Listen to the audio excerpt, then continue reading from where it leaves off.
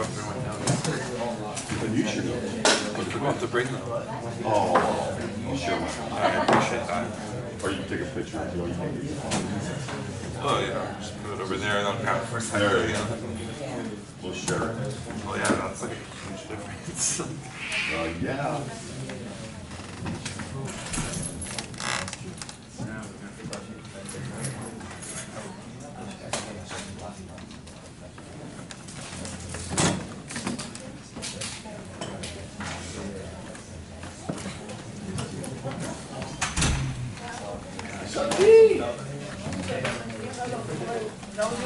Yes.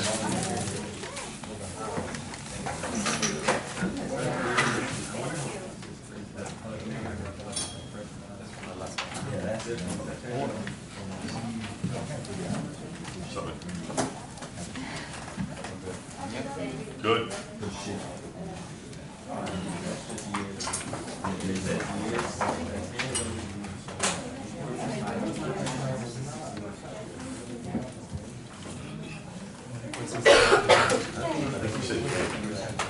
So, yeah, I'll make sure we'll have that.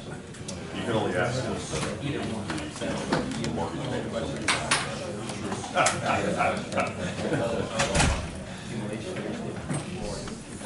Then you get the variations. And then the cash flow bond. That cash flow bond will be, you know, somebody that's CFJ. So, you know, that way you can calculate. When you CFJ, you put $500 a month, and then that's a very popular cash flow market. Nobody keeps it for 5 years. If they do, they don't do that fast.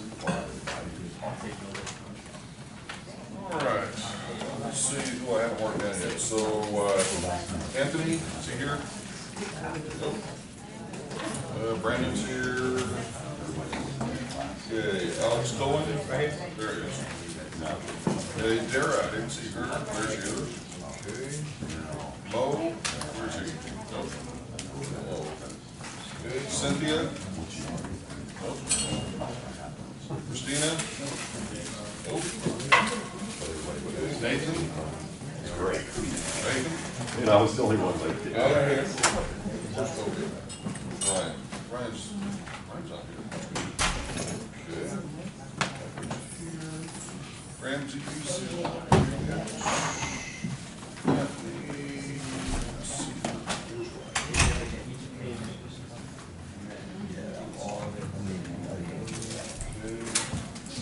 Oshman, Mercy.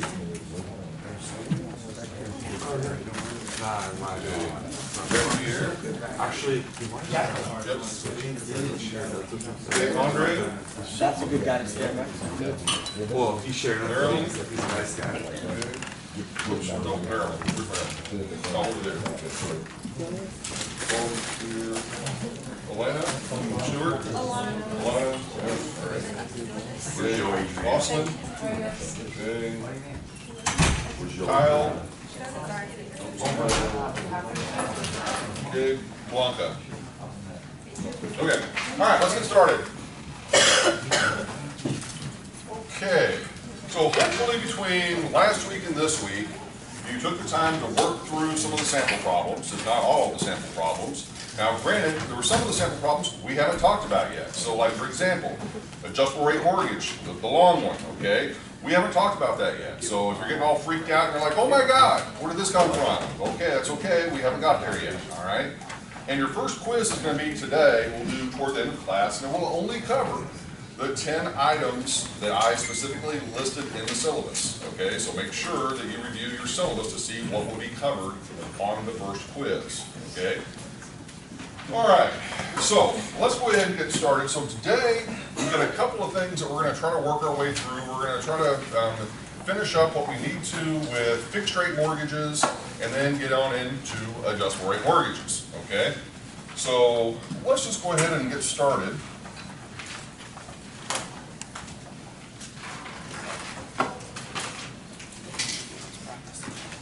Now we talked a little bit last week about fixed rate mortgages, the sort of the normal, standard, traditional, kind of mortgage that you would go out and get on a property. And so let's just start with that again to kind of do the quick little review and then kind of work from there. So let's just say that we've got a mortgage and it's got monthly payments, so we're going to do 12 payments per year. Clear everything out. And this mortgage is going to be $1 million. Okay, so our present value is going to be $1 million. All right, interest rate. What interest rate do we want to use? 4%. Okay, 4% interest rate. Okay, what term? How many years? 15. 15. Good number. All right. So 15 years. So let's go ahead and do the first piece of it. Solve for our monthly payment. Okay.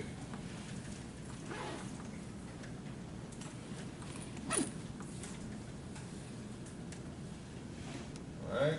I'm getting $7,396.88 rounded. Okay? Right matching? Yep. All right. So everybody should know how to do that. That's nothing new. All right. So this is where we sort of begin with some of the new stuff and kind of begin to tweak this a little bit. So one of the things that's extremely common with commercial mortgages is that you have what are referred to as balloon payments. Okay?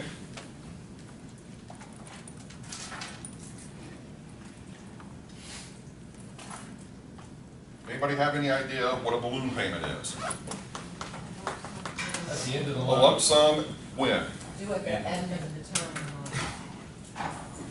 Okay, so let's make sure that we're clear about what we mean by end of term of the loan, okay? In one sense, one could say the term of the loan is 15 years, okay? But we might want to refer to this as the amortization period, okay? So the amortization period of the loan is 15 years, meaning when we're calculating payments, we're basing it off of the 15 years. But you're correct, the loan term might actually be something shorter than that. So for example, we could have a lender that says that you have a balloon payment that's going to be due at the end of year, let's say 5, which is probably the most common. All right?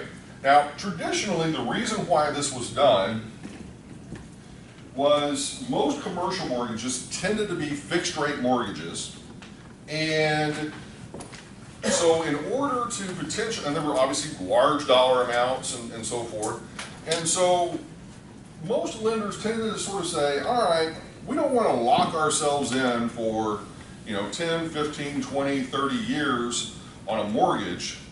So what we want to do is we want to offer up a product that every 5 years, basically the borrower has to come back to us to refinance the loan. And whenever they do that, then we can kind of take a look at everything all over again, all right? In terms of how is the property cash flowing, what are the current prevailing interest rates, are there any issues or problems that we sort of need to be aware of? And so it's kind of a risk minimization or risk reduction kind of approach to things. And so as such, you just pretty much knew at the end of every 5 years, you've got to come in, you've got to renew that loan. Well, what could happen over that 5 years? Well, for one, the market could go way up. Your property's worth a whole lot more than what it was when you got the loan 5 years ago. That's a great thing, because now you might be able, through refinancing, to pull money out, okay, and actually, cash out part of the value of the property if you chose to do so. But the reverse could also happen. The value could have gone down over 5 years. Now, all of a sudden, you could have effectively a capital call from the lender basically saying, you owe us more money to basically give you a new loan, and if you don't have that money, we're potentially going to take your property away from you. Okay? So just kind of keep that into perspective.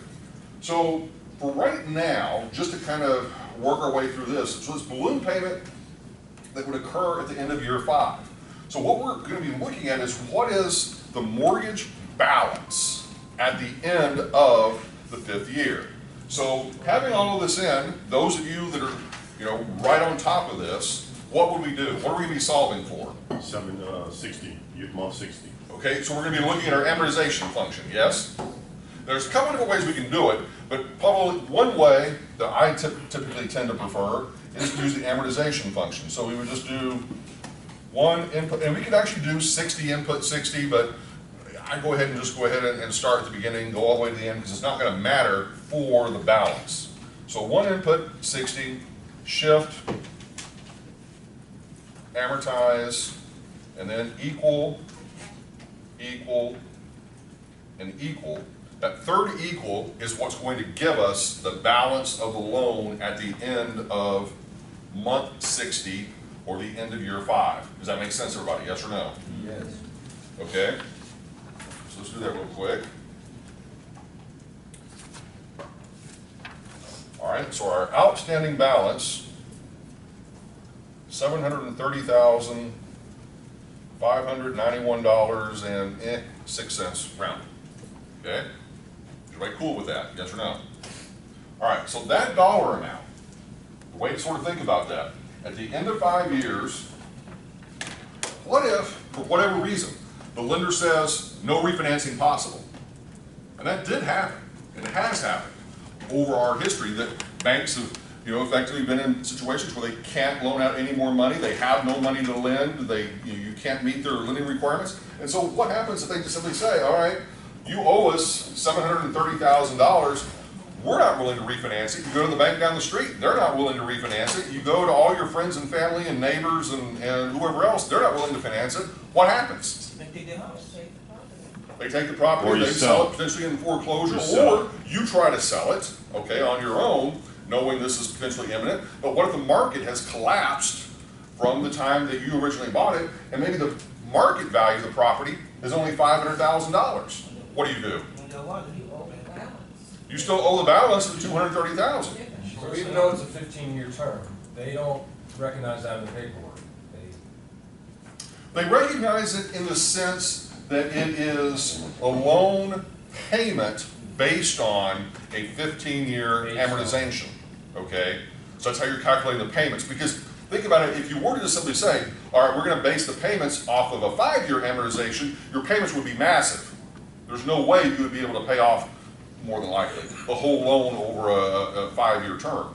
And even with a 15-year loan term, for some commercial properties, it may be a bit sketchy, okay, to be able to meet that level of payment. You may have to stretch it out to 20, 25, or 30 years, okay, depending on the circumstances. So it makes it marketable at 15 years. Roughly, yeah.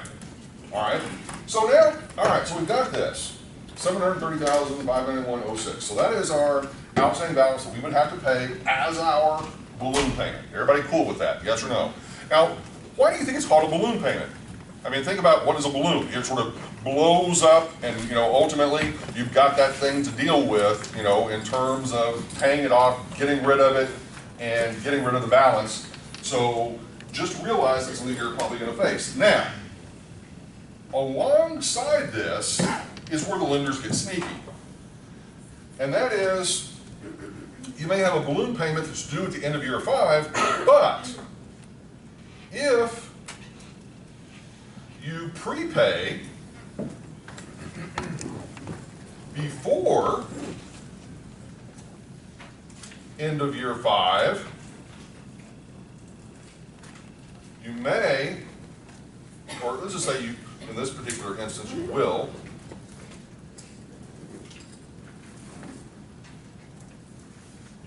incur a, let's say, 5% prepayment penalty. Okay? Now, why would they charge you a prepayment penalty? Lose money. Because they may be losing money in the sense of you have agreed to do a deal with them for 5 years. Okay? And for whatever reason, maybe the market conditions have changed over that 5-year period, you're getting worried that if you don't sell it now or do something with it, you're going to be stuck with it and potentially be much worse off than incurring whatever penalty they might assess. But from their perspective is, it's no different in one sense of you doing a lease with somebody. You're not, if you say you're doing a 5-year lease, that doesn't mean that you're probably gonna come in and after 3 years and say, you know, get out of my property. You follow? They made a commitment for 5 years. You made a commitment for 5 years, all right? So, and this is where it gets interesting, because some lenders are hardcore about this. And when I mean hardcore, what I mean is they will say, if you literally prepay 1 month early, you incur that 5% prepayment penalty. Now, what is that 5% prepayment penalty based on? Balance. The balance. Is it always the balance, or is it Almost always the balance. I mean, there's really not much else. And the reason why it's based on the balance is that is, in one sense, an indication of what you still owe them. Therefore, the revenue they're losing is based upon whatever that balance is. Okay? Now, how they go about assessing that penalty and how, you know, hardcore they are about, you know, when it gets assessed, you know, once again, every lender is a little bit different. But as a general rule, there's a reason why they say it is absolutely 5 years. So anything before that, you're potentially going to be assessed a penalty. Okay, so in our case, let's just say that we're going to prepay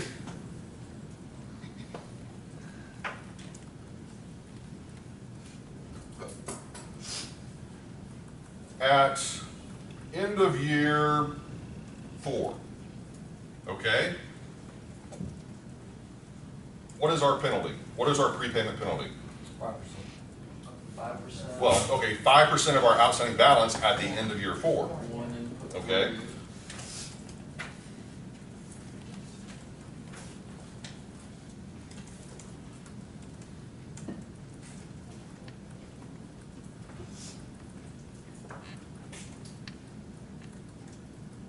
Okay, so if that's the question, what are we going to have to do? Somebody said it, we're going to find out what the balance is at the end of year 4, correct? Okay, so to do that, just drop down here and you're going to do one input what? 48.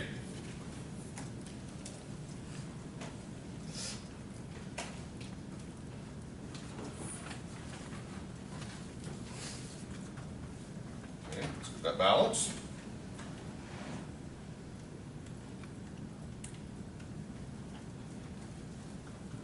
$788,859.78. Okay, everybody good with that? Okay. Now, what we've got to do to find out what the prepayment penalty amount is we're simply going to multiply that times 0.05. Okay. So that prepayment penalty amount is going to be $39,442.99.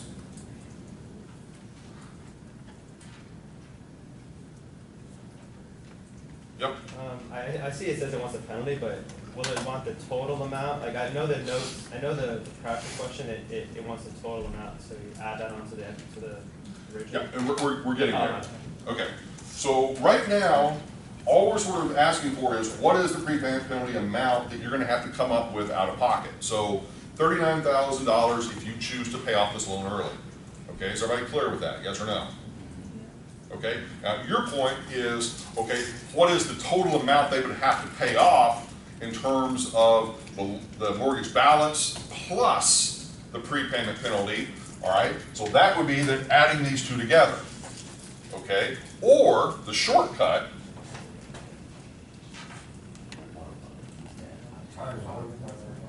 look at that. So taking 788, 859, 78, and then the shortcut would simply be multiplying it by 1.05. And mathematically, what you're doing there is you're multiplying it by itself, which is the 788, 859, plus the 5%. So it just shortcuts everything, so you don't have to basically calculate both of those numbers and then add them together, okay? If the interest rate, annual interest is 4% and it's a 5% penalty to pay it early, isn't that really only 1%? Amortize 4%. Okay, one more time. I said, if you pay off early, that means that's, say you paid off, 2 years early. Right. Isn't that 2 years of not having to pay 4% on the annual? Okay, so if I'm understanding your, well, first of all, let me finish this. Okay. Okay, so I don't want to confuse everything. All right, so that's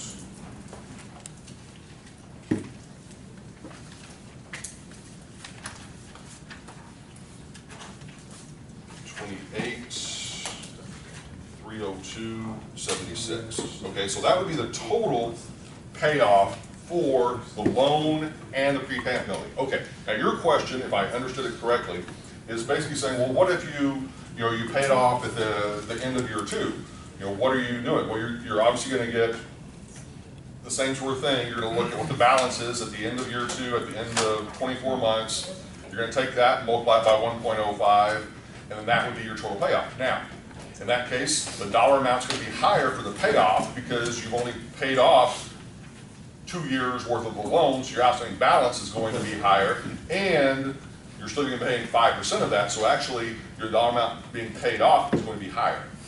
Well, my question was that if you're paying 4% interest already, Right. don't you, I mean, isn't that 5%? What you're saying for the final year? Yeah, effectively, aren't you really only paying 1% if you? Well, we could take a look and see. I mean, in terms of actual out-of-pocket payments, That's what we have. but part of once again, you're paying a lot of interest over the course of that year as well, each and every month.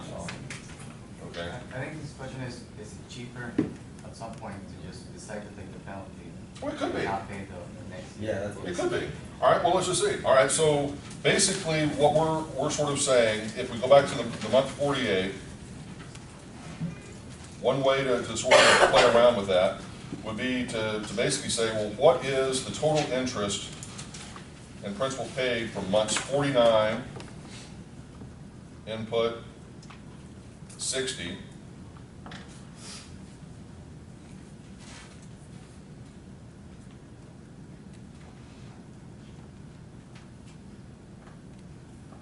okay, let's do that.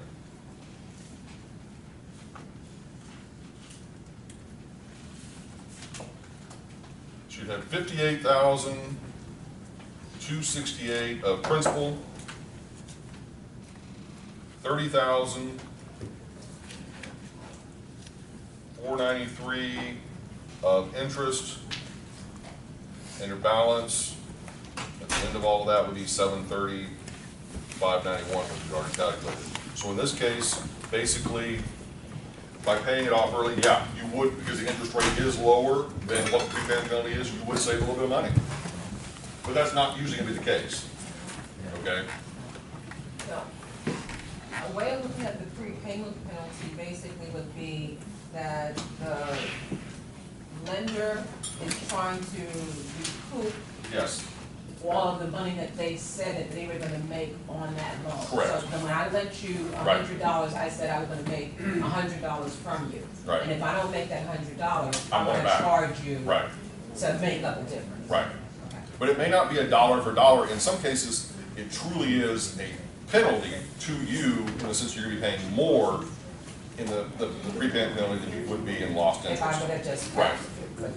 Because part of what a lender can also do, and it's not worth getting into all of the nitty-gritty details on this, but they can also charge you, instead of a set nice little percentage of the outstanding mortgage balance, they can charge you what is effectively called yield maintenance.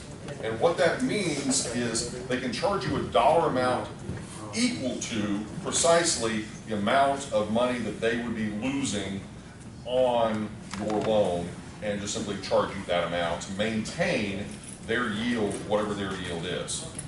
Does that make sense? Okay? So what if you were to prepay a good chunk of it, but leave a small chunk at the end so you can get around that?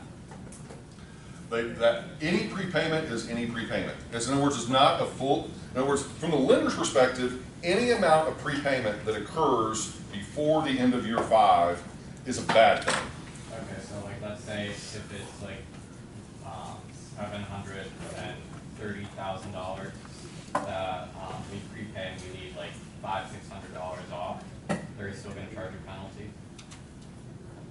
So it's not a payoff penalty, it's paying. It's a prepayment penalty. Yeah. Because it was, with residential mortgage loans, very different. Residential mortgage loans, for the most part, don't have prepayment penalties, okay? But with commercial loans, quite common.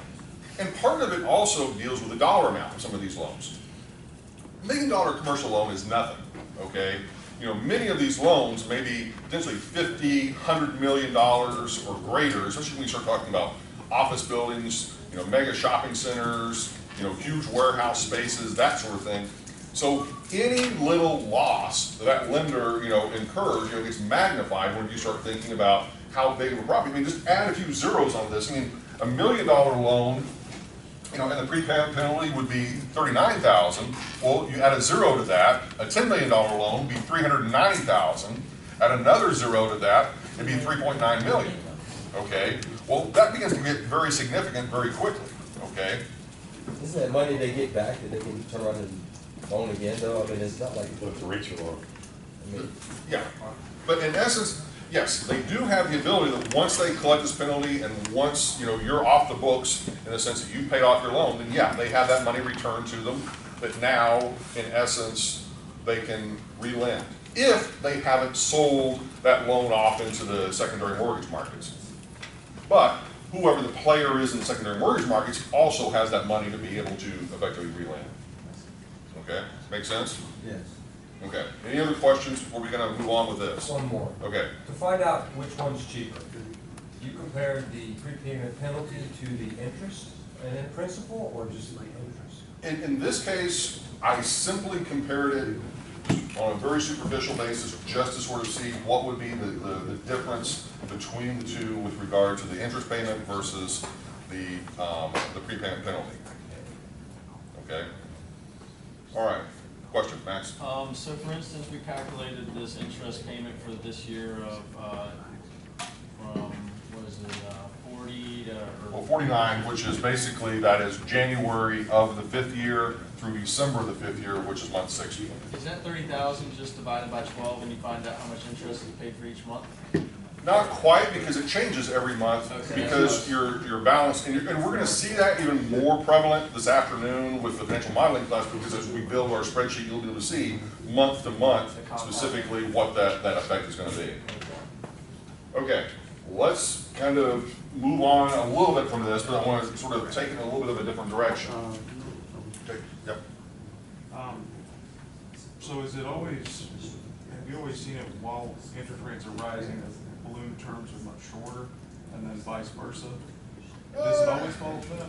Not necessarily. I mean, it really, I mean, at the end of the day, for a borrower, a lot of this is going to be based on, you know, what is the market doing in terms of the market value of their property, and whether or not they have kind of a mentality they want to sell it, or they're planning to continue to occupy it if they're occupying it. And so, you know, each situation is different. So it's impossible to sort of say, well, they absolutely should do this or that. But, you know, if their intention is more of, okay, I bought this property, I did some things to maybe fix it up, you know, reposition it, that sort of thing, and my, you know, end game is to sell that, take the capital gain and move on, and they're looking, the market is at the peak right now, and they don't want to wait potentially another year or 2 years to see what may actually happen. You know, the value could very well go way down. They want to cash out now while they can. And then they're sort of saying, well, you know, depending on what that penalty is, they'll go ahead and accept the penalty and move on down the road. Okay? Okay? Yep. Industry-wise, what's the highest rate the lender can charge as prepayment? Well, that is an interesting question, because with commercial real estate loans, you're pretty much probably only going to be regulated by whatever the usury rates are for that state. So you could have, in some cases, these rates be as high as 20% or more, okay? Depending on, you know, what the usury rates are for that particular state. All right? Because with commercial loans, it's it's a different world, okay? Residential real estate and commercial real estate, it's like big, you know, wall in between the two in terms of how everything works, okay? And so on the commercial side of the business, as I sort of mentioned last week, it's very much of a buyer beware kind of environment, that you assume in the commercial side of the business that people are sophisticated, they're intelligent, they're, you know, they have all the necessary tools and techniques to be able to understand what they're doing, and if they put themselves effectively in harm's way, they've got to deal with that.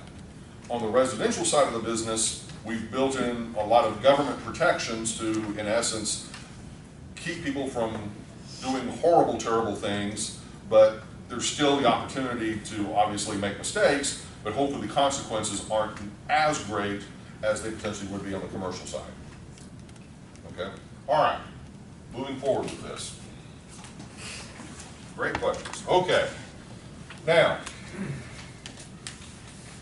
what if we really wanted to look at this from the lender's perspective as to what I would term, what is the lender's yield?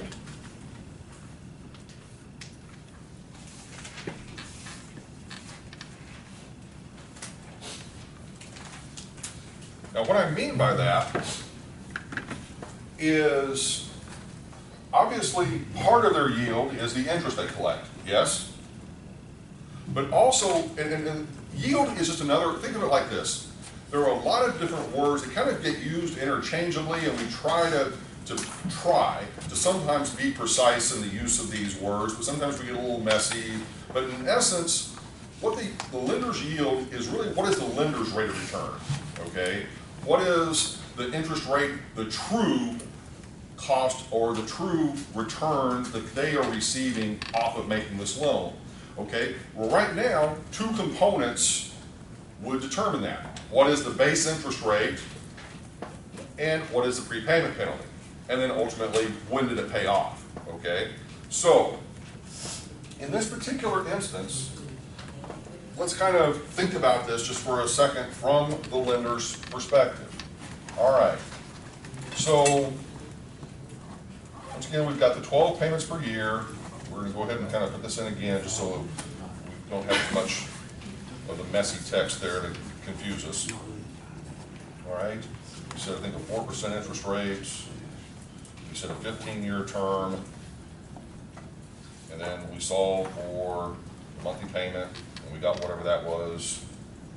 All right. So same problem, but I'm just trying to clean it up a little bit so it doesn't. You guys can point down there because I can't concentrate. Okay, 73, 96, 88. All right, so that is our payment. Now, in this particular instance, what we are saying is that this loan we said was going to prepay at the end of year 4.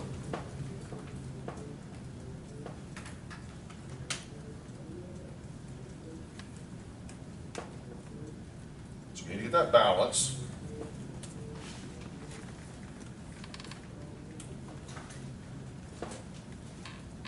The 788, 859, 78. Okay. And we're going to charge the prepayment penalty of the 1.05.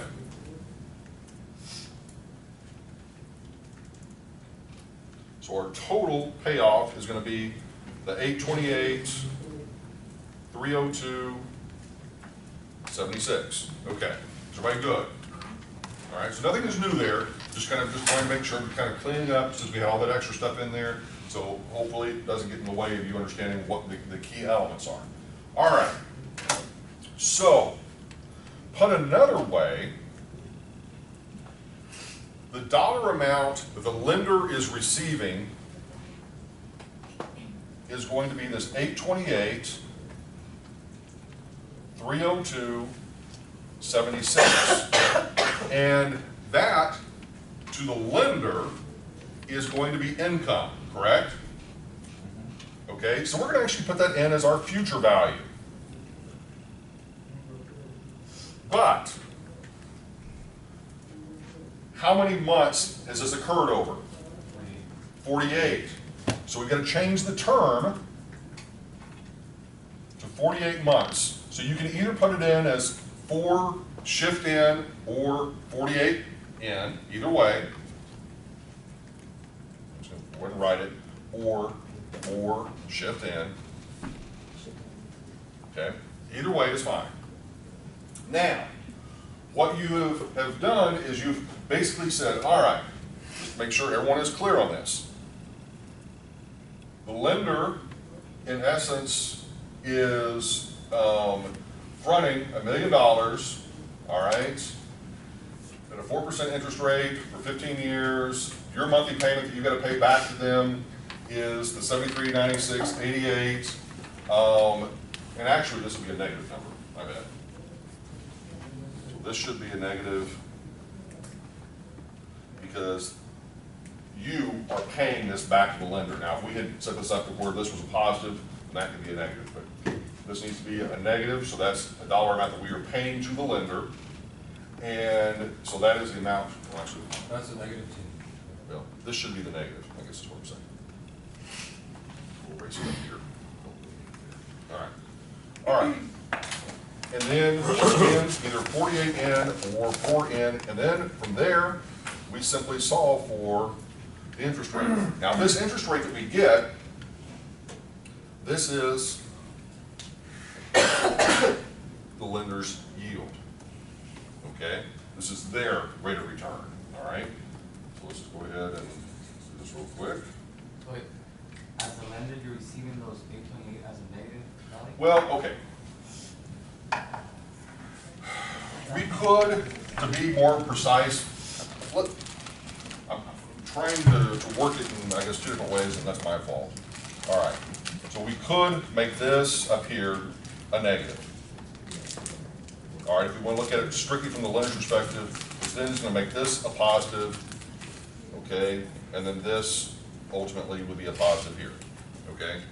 So now it's clean from purely the lender's perspective, okay?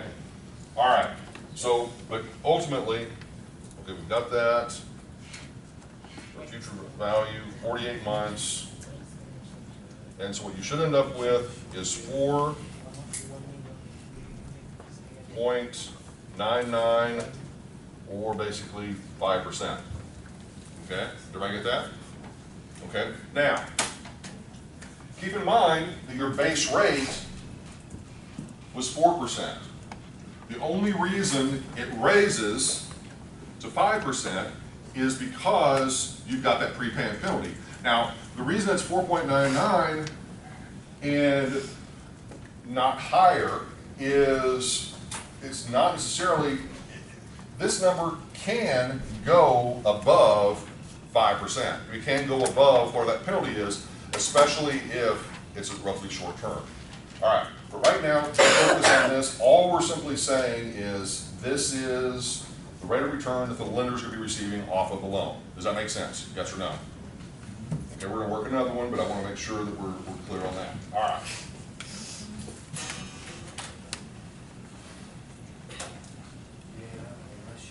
Professor, the penalty interest rate is normally not that close to the actual. That's why I want to work another one. It's usually a lot more painful than that. I know, that's why I want to work another one. Okay. Especially with insurance companies.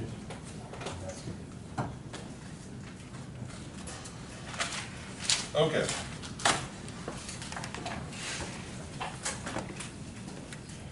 This is another one from scratch. This is another one. You scroll down real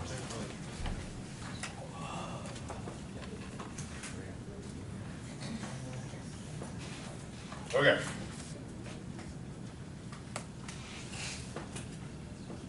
All right. So give me a dollar amount on the loan. Make it a decent sized loan. 21 million. 21 million. Okay.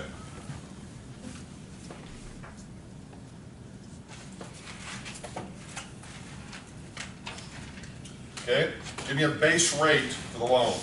4.5. Okay. 4.5%.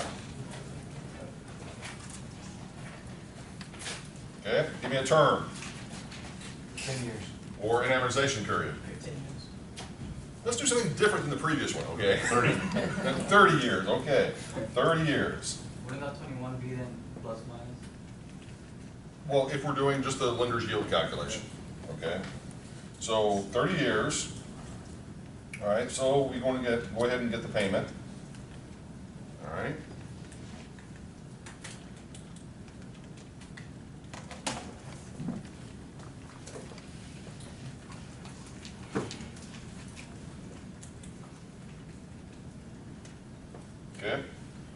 this case, once again, from the borrower's perspective, $106,403.92 paid out of pocket. Okay, that's a monthly payment, all right? Now, in terms of our balloon payment, okay, now we've got a longer term here, or a longer amortization period of 30 years. When do we want our balloon payment to occur? 5 years, 6 years. We're doing a different, purposely trying to do different numbers so that. 7 years. 7 years, okay.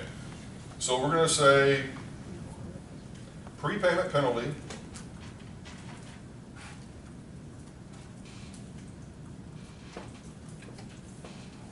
if prepaid before end of year 7, which is going to be what, month? 7 times 12? 84. Okay? Does that make sense? Yes or no? Okay, now, what do we want our prepayment rate to be? Oh, 6%. No. Okay, prepayment penalty is gonna be what? 8.9. You like 8.9.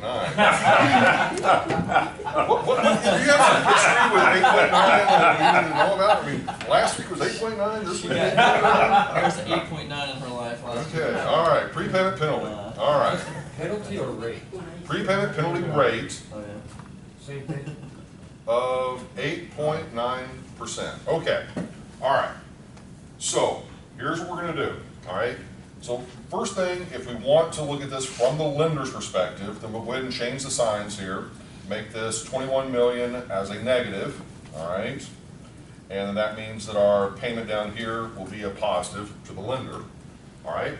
Then we're gonna go through and we're gonna say, all right, what is this loan gonna prepay?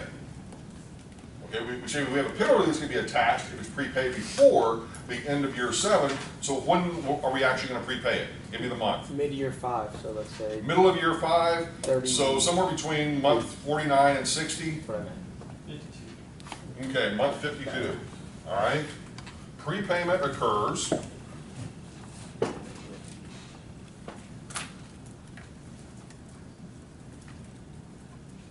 at end of month 52, okay? All right, so what we're gonna do, go over here, 1,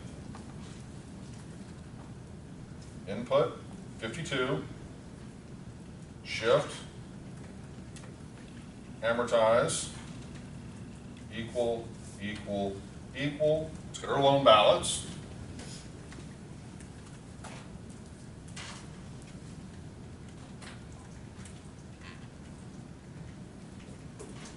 And I'm getting $19,415,483.56. You guys agree? Okay. Why are my cents different? Is your calculator kicking out all the way out to 9 decimal places? If it's not, hit the shift key, the equal key, and 9. That way it'll kick all your decimals all the way out so it doesn't round everything.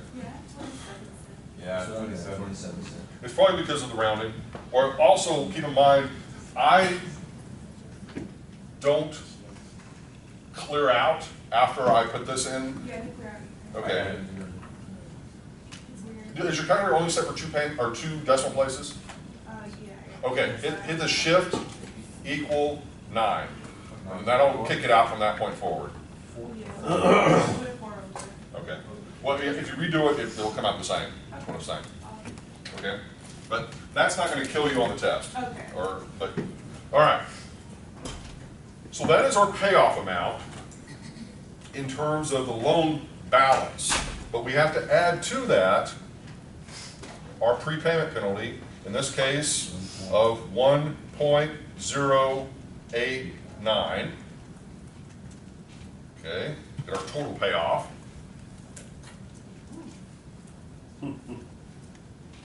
So now we're paying off more than our original loan, which can happen.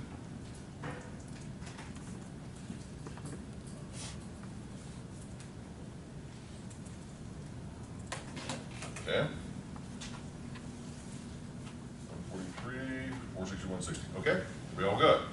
Yes? Okay, now, this is where, what we're gonna do at this point, we can go ahead and simply put in, if we want to shortcut it, what we can actually do is right after we've got that number, you can just go ahead and hit future value. Okay? Just put that number, future value, but then we've got to change our term to 52 in, not 52 shift in, but just 52 in, and then solve for, in this case,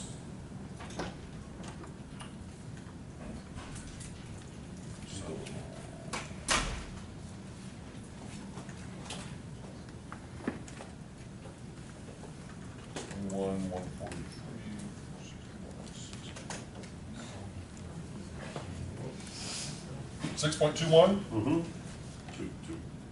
Or 6.22? That's 21 million, because on the calculator shows as a negative, you have to do plus minus before with the future value. Well, okay, it depends on whether or not you were looking at it from the borrower or from the lender's perspective. Okay? If you're looking at it from the lender's perspective, they put out 21 million negative at the beginning, so it's going to be a positive at the end. Let me rephrase the question. So the number doesn't have to put the plus or minus, you just have to know at the end what it's for and you Right. Okay? So, what we're saying, let's make sure we're clear here. So for this loan, the lender, over that 52-month period, their yield on that loan was 6.22 when the base rate was only 4.5%. Okay, so here's the lesson I'm trying to impart with all of this. Give me 1 second. So the lesson to sort of impart with all of this is, just because the stated rate of interest was 4.5, that does not necessarily mean that is what you are really, truly paying the lender in terms of your cost of borrowing. Does that make sense? Okay, the lender's yield is also equivalent to the borrower's effective cost of borrowing. Okay, it's the same thing. It's basically lender's yield over here, effective cost of borrowing for the borrower over here. They're basically the same percentage. Okay, it's just what you're doing is now. Here's the real lesson. So let's just say there is a lender out there in the market competing with this lender, and the competing lender is offering a 6% interest rate loan for 30 years. Okay, which one's the better deal? I'm sorry? No penalty? No penalty. If it's a 6% loan with no penalty over 30 years, that would be the better deal than this one because you're actually paying 6.22%. You follow what I'm saying there? Okay, question? We did that and we got to 52N. It said no solution afterwards. That's because one of them has to be a positive, one has to be a negative. So here's the way, okay. Okay, hold on. All right, so let's just say, once again, over 52 months, if it's from the lender's perspective, here at time period 0, the lender is $21 million negative. Yes? Okay, then that means each month, month 1, month 2, and all the way out, they are receiving as the lender $106,403.92, correct? And then at the end, they're receiving that same amount all the way out, and then at the end, they are receiving a positive $21,143,461.60.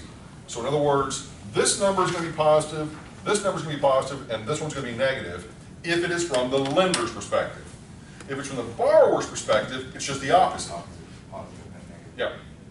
Okay. So in this instance, we were looking to find the borrower's So the actual lenders. rate of return. Well, in this case, we're looking at the lender's yield, which also is the effective cost of borrowing for the borrower. Okay. And how flexible the lender? I mean, if you're a big player, could you ask the lender to simply, I want to negotiate the term of the loan? Yes, but just because you can negotiate doesn't mean they are going to give in to whatever that negotiation is. And so at the end of the day, what I am simply articulating is you need to be aware of the impact of a prepayment penalty on your cost of borrowing. That's the big lesson, okay? Because what that means is you're going to be paying a pretty substantial, we didn't actually calculate what the dollar amount of the penalty was there, but if we look at it, you know, strictly from looking at, okay, so 19,415,483.56 times 0.089, your penalty on this, the actual dollar amount of the penalty is $1,727,000, okay? So my point is this, part of the job of a financial analyst for a developer is precisely to understand this and to be able to convey, hey, if we get this loan and we pay this thing off early, it's going to potentially cost us $1.7 million in penalties, whereas if we go and get this loan, it's going to be a little bit more of a base interest rate, but we're not going to have any penalties, so we're better off with this loan. And right there in that one single transaction or piece of analysis, that financial analyst has probably earned his salary. Does that make sense? Okay. All right, moving forward. So as far as the calculation goes, I kept getting no solution. Okay, once again, you are going to get no solution if everything is positive or everything is negative. Because the calculator has to have a way of differentiating whether or not something is an income stream or something is an outgoing payment. So, in other words, with this problem, as I was saying, this has to be negative and these two, excuse me, have to be positive in order for it to work. But if you were looking at it from the borrower's perspective, it would be just the opposite. It would be, in the case of the borrower, they would be getting $21 million here at time zero, and then every single payment would be a negative $106,403.92, and then the payoff would be a negative $21,143,461. Does that make sense? So this is borrower, this is lender. Two sides of the same deal. Okay? Does that make sense? Okay? So if you put everything in as a positive, it's like money falling from the sky, so there's not going to be any solution. Because there's no outflow to offset the inflow. If you make everything negative, it's basically a big money pit. There's no return. Okay? So the calculator simply has to have a way of knowing whether something is a cash inflow or it's a cash outflow, and so you have to determine that up front what it is that you're looking for. Okay? So for calculation purposes, now we understand what it is. When do we change it? You have to make that call as to, okay, whose perspective are you looking at it from? At the beginning. At the beginning. Okay. But, so I'm going to negative to start. Somewhere along the way, you have to also change one of the. Depending on what the person asked for. This was lender's yield. Yeah. Right. So, Lender will be Right. giving original. The only reason this is complicated is because of Chris. If you would just let me go through the problem, we wouldn't have had this issue, but Chris had to call it up at the front, okay? All right. All right. Are we good? Other questions on this? All right. Now.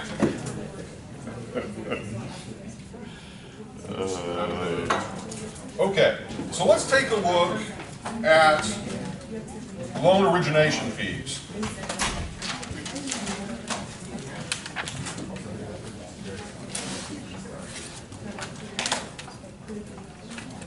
Okay.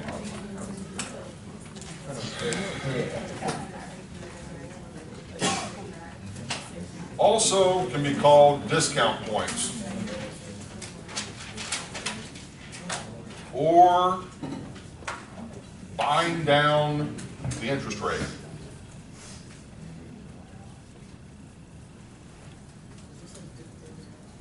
Okay? A little bit more. Okay. So we got loan origination fees, which can also be called, basically discount points, can also be called buying down the interest rate. Now here, this is the one that everyone probably is going to be most familiar with, because for both commercial and residential loans, loan origination fees typically apply. Okay? Now, the easy way to explain these is the lender just simply says, all right, in order for me to go through all the brain damage of doing all the paperwork for you to process this loan for you, I want a fee, okay? You know, I want a fee that is ultimately going to be paid upfront at the beginning of the loan, and that is going to be my fee to basically process all of this for you, okay? Now, it can also be seen as a way for you to prepay interest on the loan, okay? That the lender could work out a deal and say, okay, so in addition to this sort of loan origination fee, I may also charge you a fee up front if you want to somehow lower the interest rate on the loan because you're sort of prepaying the interest. So whatever we call it, to a certain extent, doesn't matter. What matters is it is something that is going to be paid, a dollar amount being paid up front. Okay, is everybody cool with that? Now, this is the part that people have to wrap their head around the logic. So let me do a little kind of example here. We're going to do it without the calculator for a second. So from the borrower, okay, so let's just say that once again this is a 30-year or 360-month loan. All right, so at time period 0, the borrower is going to be receiving, let's say, a $100,000 loan. Okay, so it's a positive cash inflow to them. Yes? Yes. Okay, and if the interest rate is 10%, you know, I just know off the top of my head that's going to be $877.57 as the monthly payment. Okay, each month, basically all the way out for the whole loan. Okay, everybody cool with that? All right, now, what the lender may say is, all right, that's your loan. We're okay with that. But what we want you to do is whenever you get that loan, we want you to effectively write us a check for this loan origination fee or discount points or to buy down the interest rate in some way. And so how do we account for this? Here is the way that it works. Your loan technically is a $100,000 loan. Your payment is $877.57. But because we're going to be introducing this extra sort of element into this loan origination fee, that is going to be a fee that, in essence, from the borrower's perspective, is going to be a cash outflow occurring here at time period 0. Does that make sense? Yes or no? Yes. Okay, so this fee could be a percentage of the loan amount. Could be loan origination fee 2% of the loan amount. Well, 2% would be $2,000. Okay, could also be just a flat fee of, you know, $3,000. All right. So the point being, we're going to come up with whatever that is. Well, let's just say that it's 2.5%. So that would be $2,500. So we're going to say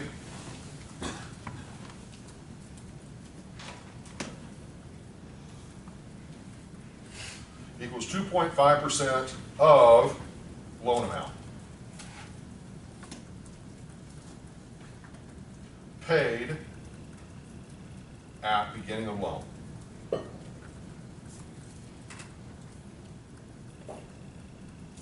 Okay. So far, so good. Yes? Okay. So let's just put this into the calculator. 12 payments per year. So far, nothing weird. everything out. Okay, $100,000 as our loan amount, 30 years as our term for 360 months. I'm gonna write that out, 360 in either way. All right, our interest rate, 10%. And we're gonna solve for the initial monthly payment of the $877.57, okay? So nothing is new in that part of it, okay? Now, this is the part I'm trying to tread delicately here because this is the part where everybody gets confused, okay? That's the first time they see this. All right, so the way we have to look at this is we have to start off with the normal loan without taking into account any of those loan origination fees or any of that. We just start off with the normal loan. Once we've got that and we have solved for what the actual payment is on that loan, then what we do is we adjust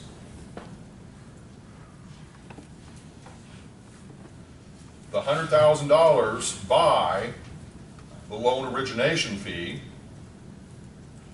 which is going to mean $97,500 is going to be our adjusted loan amount.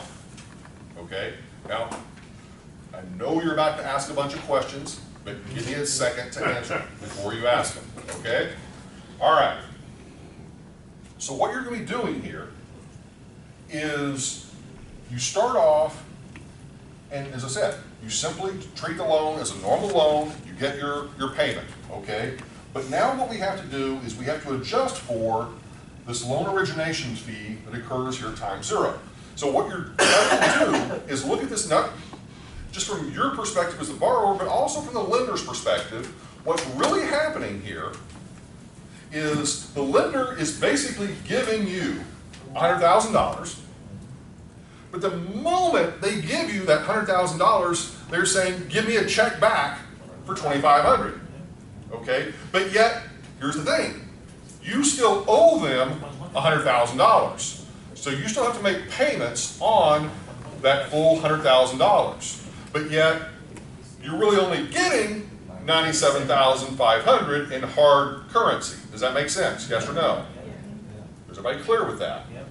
Okay, so what that means is once we've made that adjustment, in this case, it is actually a little bit simpler because all we really have to do is say, oh,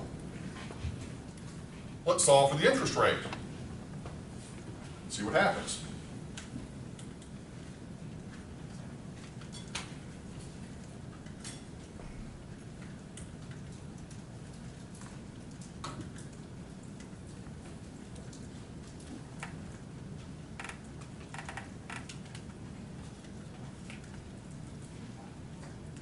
Do you redo the whole thing, or do you just Nope. change the You can first just part? all you have to do is just follow what I've got here. So you should get 10.3. Okay? So that extra 0.3% is coming from that $97,500, or in essence, it's coming from you're paying an extra $2,500 to borrow this money, and so that's raising your effective cost of borrowing to the 10.3. Now, here's the thing. This assumes one very critical element, and that is this assumes that you carry this loan to maturity for the entire 30 years. So here's where to look at it.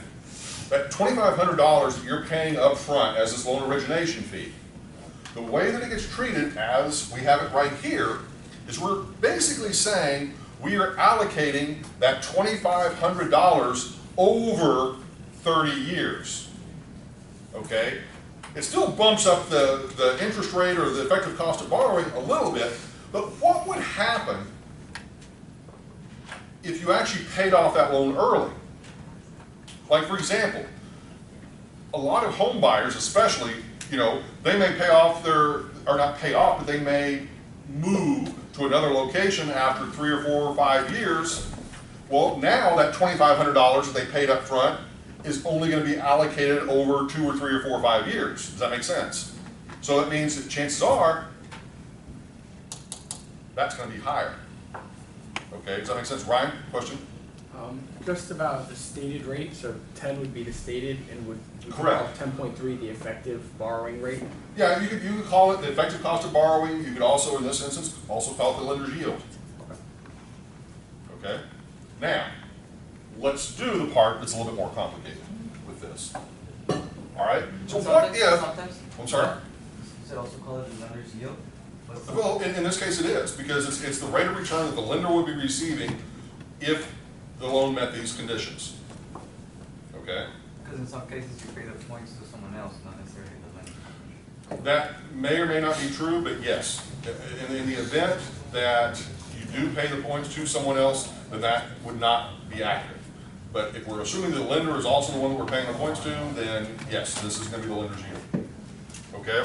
Now, so this is going to be your, let's say, effective cost of borrowing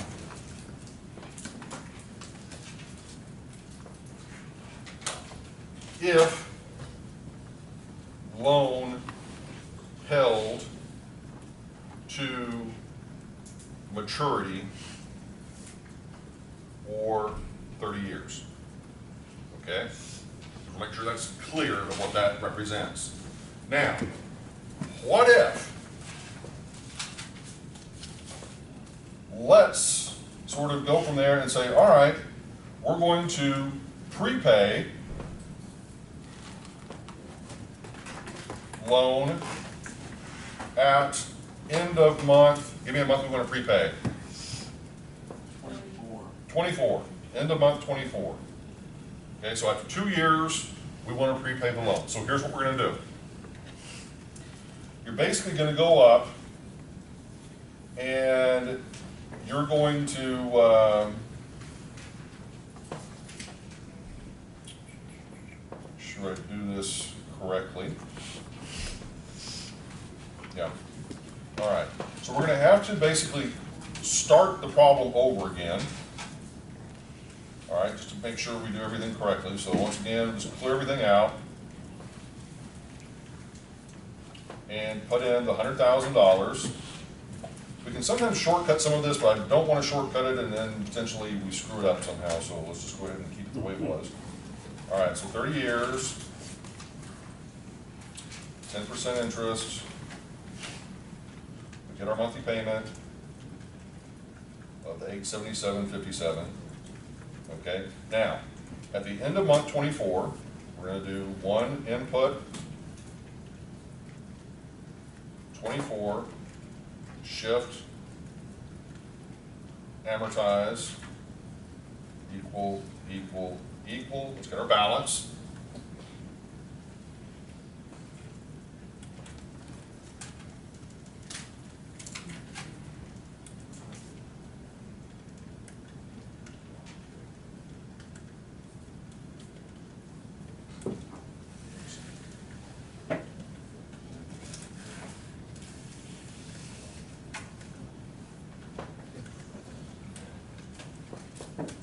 Okay, so our balance is going to be $98,830 and let's say 4 cents. Okay, round. Okay, everybody matching up with that? Okay, so now, as I said, there are several ways we could shortcut this, but I really want to just sort of carry it out so that we don't screw anything up and you can see fully what the logic is. All right, so what we're going to do is the 98,000, we're going to put that in as a negative, and we're going to put that in as future value. Okay. Then after we've done that, we're going to put in 24 as the term. Then we're going to put in the 97,500 as our present value, just pulling down from up above. All right? And then I believe we should just be able to solve for what is the interest rate.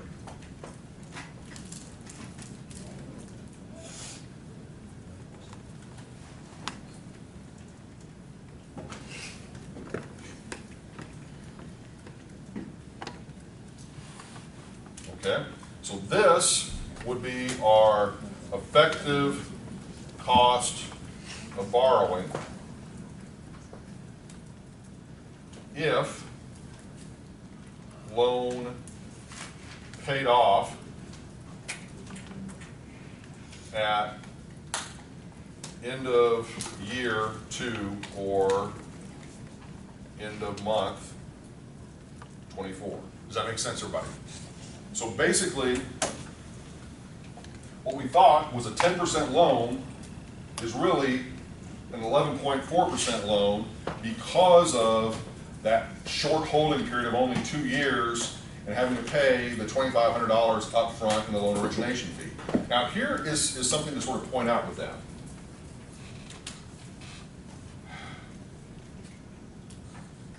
Lenders know, on average, most people are going to prepay their loan, okay?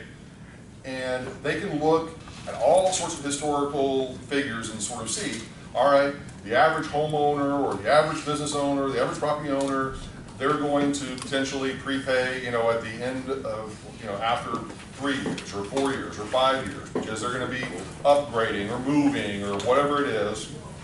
And so what they're in essence saying is they know that by virtue of charging this fee, they can potentially get close to 11.4% as their rate of return on that loan. Does that make sense? Whereas it would only be 10.3% if the person actually never paid it off over the 30-year term. Does that make sense? So I'm trying to just make sure that you're following the logic. In one sense, the lender wants you to prepay because then they can basically take the money, charge you another loan origination fee, start the process all over again. Does that make sense? Okay. Okay, question?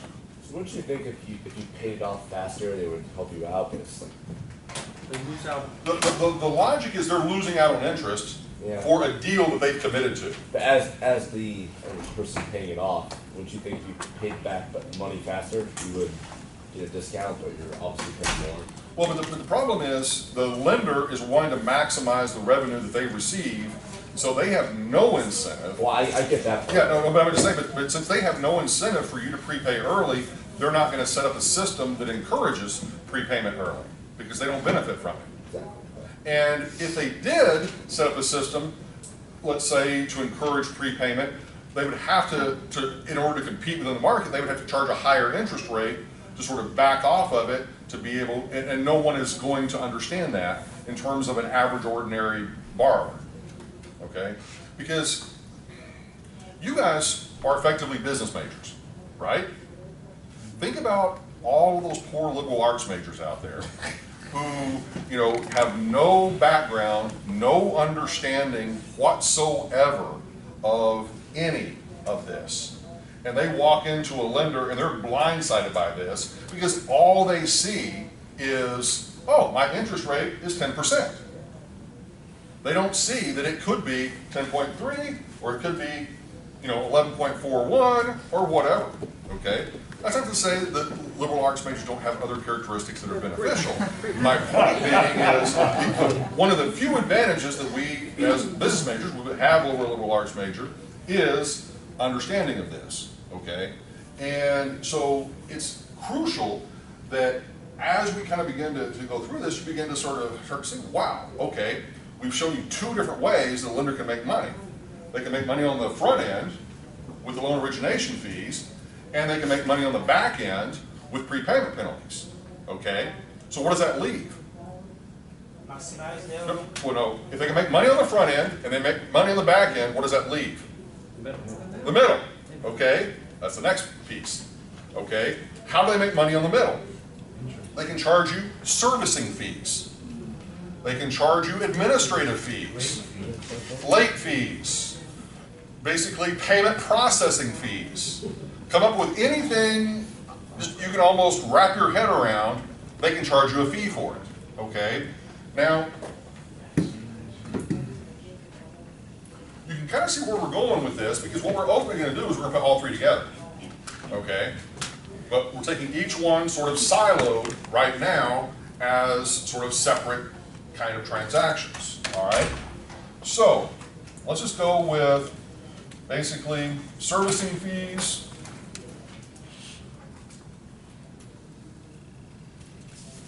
/ administrative fees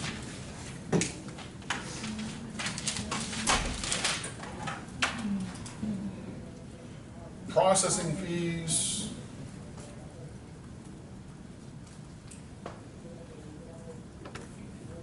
etc. Okay? Now, let's talk about how this would be done. All right? So we'll kind of keep that same sort of loan, the $100,000 loan here for a second. Just kind of clear everything out. $100,000 loan, 10% interest rate, 30 years. Solve for the monthly payment, and we know that's going to be $877.57. Okay, so we talked about that. Okay. Now,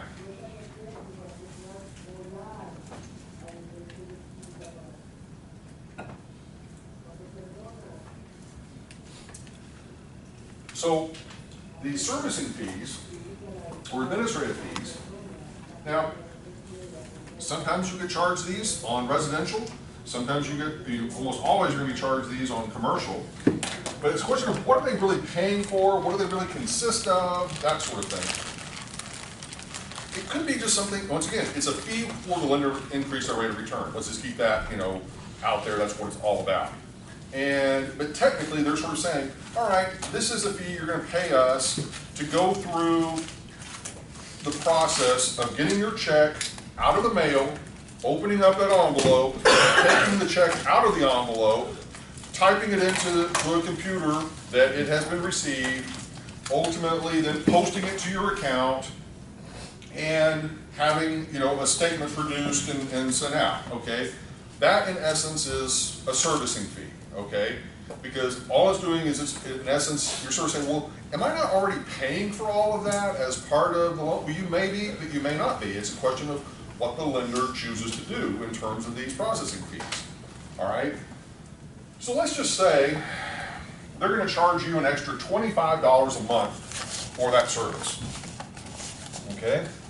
So a fee of $25 a month for the life of the loan, or however long you have a loan.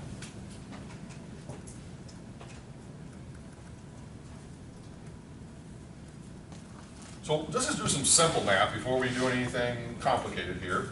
So $25 a month times 360 months. Okay. Well, I would love to trust you. I'm not going to trust you. All right, $9,000. Okay. So $9,000 over the life of that loan, they're going to get in these servicing fees, loan fees, whatever we're going to call it. Okay? Make sense? All right. Now, how are we going to account for them in our little problem here? Okay? Actually, this is probably the easiest of the bunch. Because all you're really doing is you're just simply saying your payment is going to go up by $25. So you're going to take $877.57 plus $25.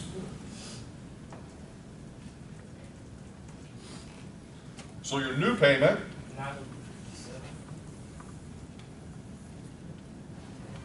$902.57 is going to be your new payment. Okay? And that is simply, just to make sure that everybody's clear, that's taking the $877.57 plus $25 gives us the $902.57. Okay, everybody cool with that? Yes, no, possibly could be. Okay, so now if our payment has been adjusted, then we can just simply solve for the interest rate.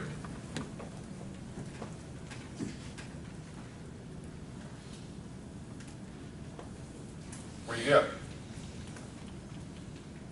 1.72? Did I leave something else in there? I probably left something else in there. In a rush. Hold on. And 10.34. 57 payments. Yep, 10.33. My bad. Just trying to rush through. Okay. 10.34 is going to be our effective cost of borrowing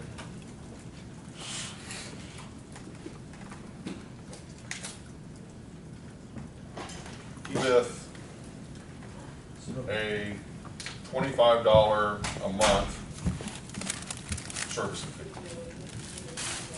You see that in a dollar figure or in points mostly? You could do it as a percent, you could do it as a dollar. I tend to do it as a dollar amount, only just not for any strange reason, just do it as a dollar amount. Okay, is everybody cool with that? Yes or no? Okay, makes sense? Now, you know what's coming next. You put all three of them together. Okay? All right, so let's just sort of see what we need to do here.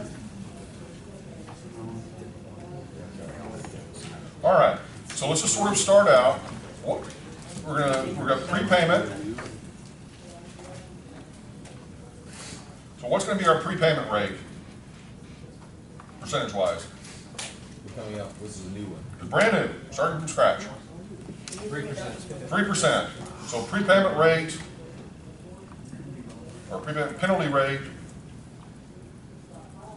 is going to be 3% if prepaid before end of year 5. Okay?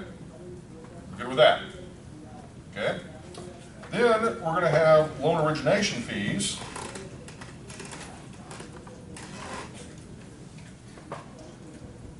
What do we want them to be, percentage-wise? 4%. No one's giving me a number, so I'm just going to pick one. 4% of loan amount.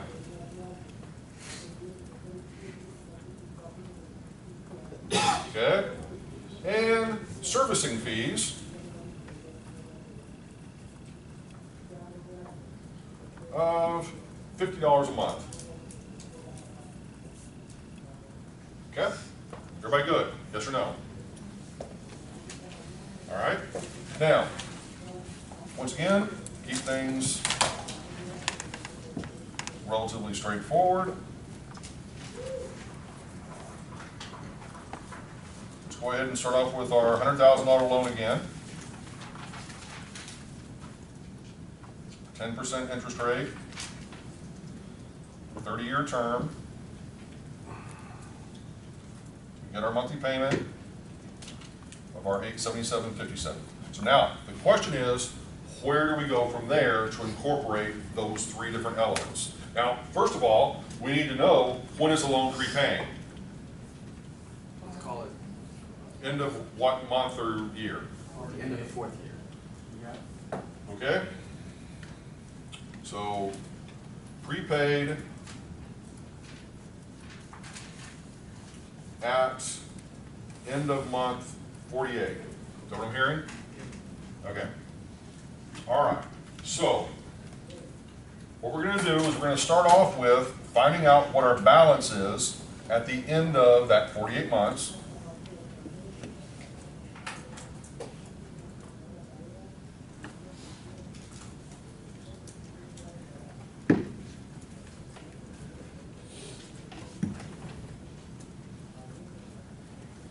Okay.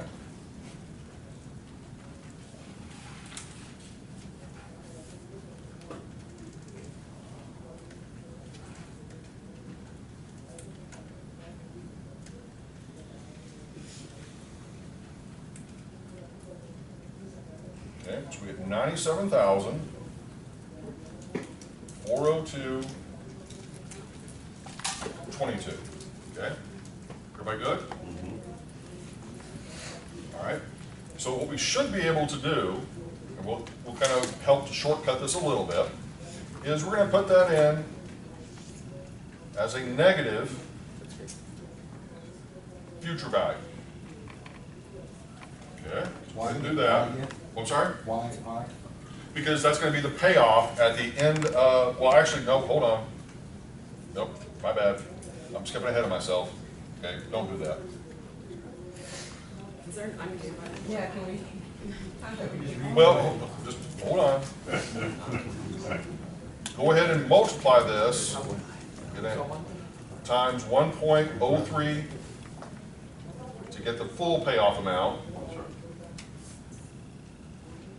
Times 1.03, and that should give us the 100,000, 324.29. Okay, that is going to be our future value. Okay? Now, once we've got that, then what we can do is say, okay, what do we need to do to adjust the original amount for the loan origination fees? So what we're going to do is we're going to take the $100,000 and you're going to subtract out 4% or $4,000 for the loan origination. Okay, which is going to give you 96,000 as your present value. Okay, everybody see that? Okay. Then you are going to change the term to 48 months, so it's 48N. Okay. And then the final little piece is you're going to basically take 877.57 plus $50 a month.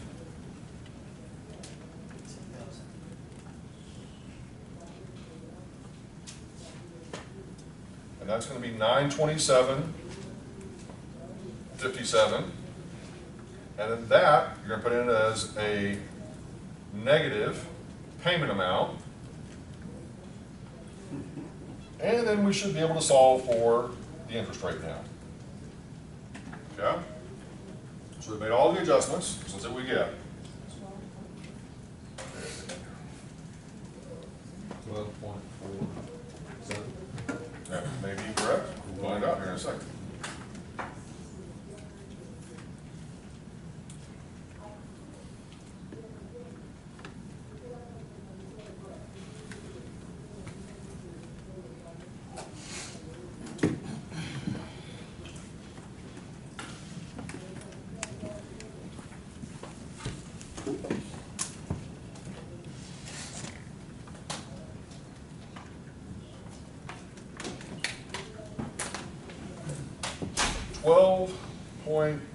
Call it 47%.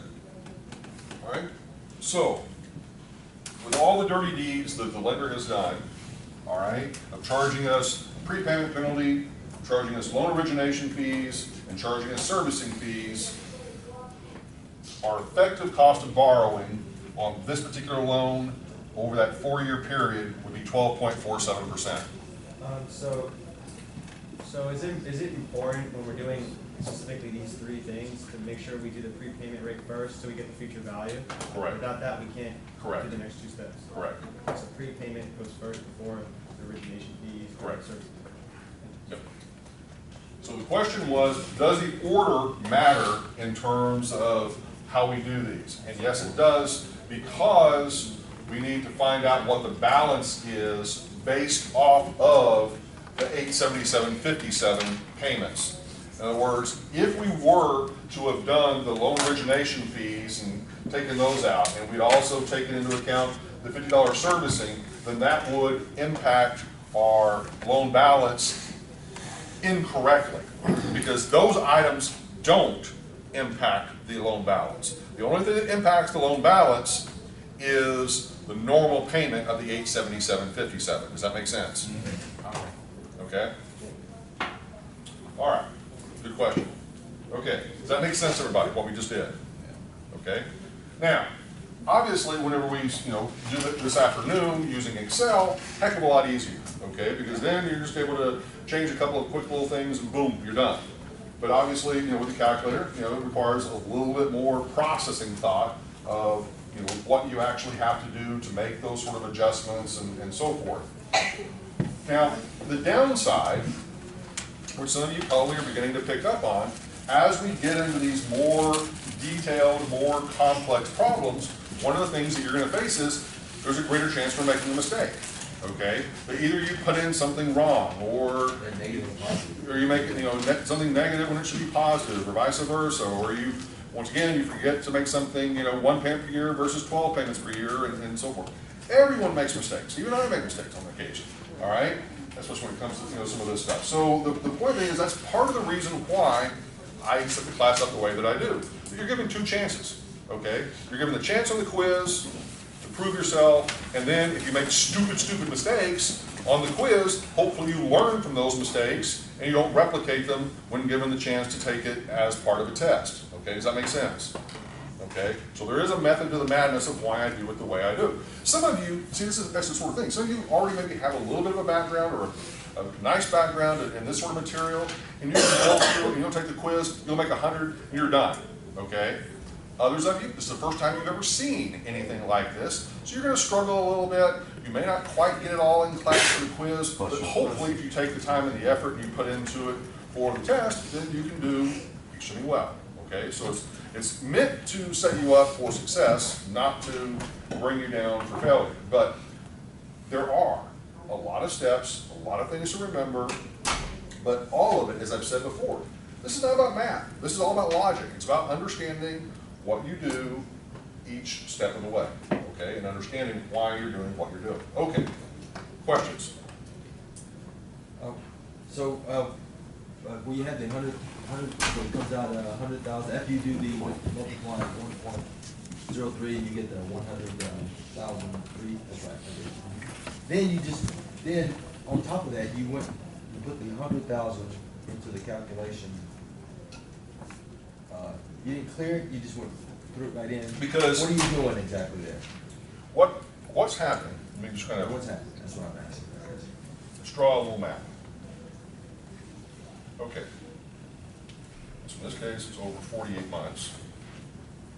All right, so here at time period 0, from the borrower. Borrower's getting $100,000, all right?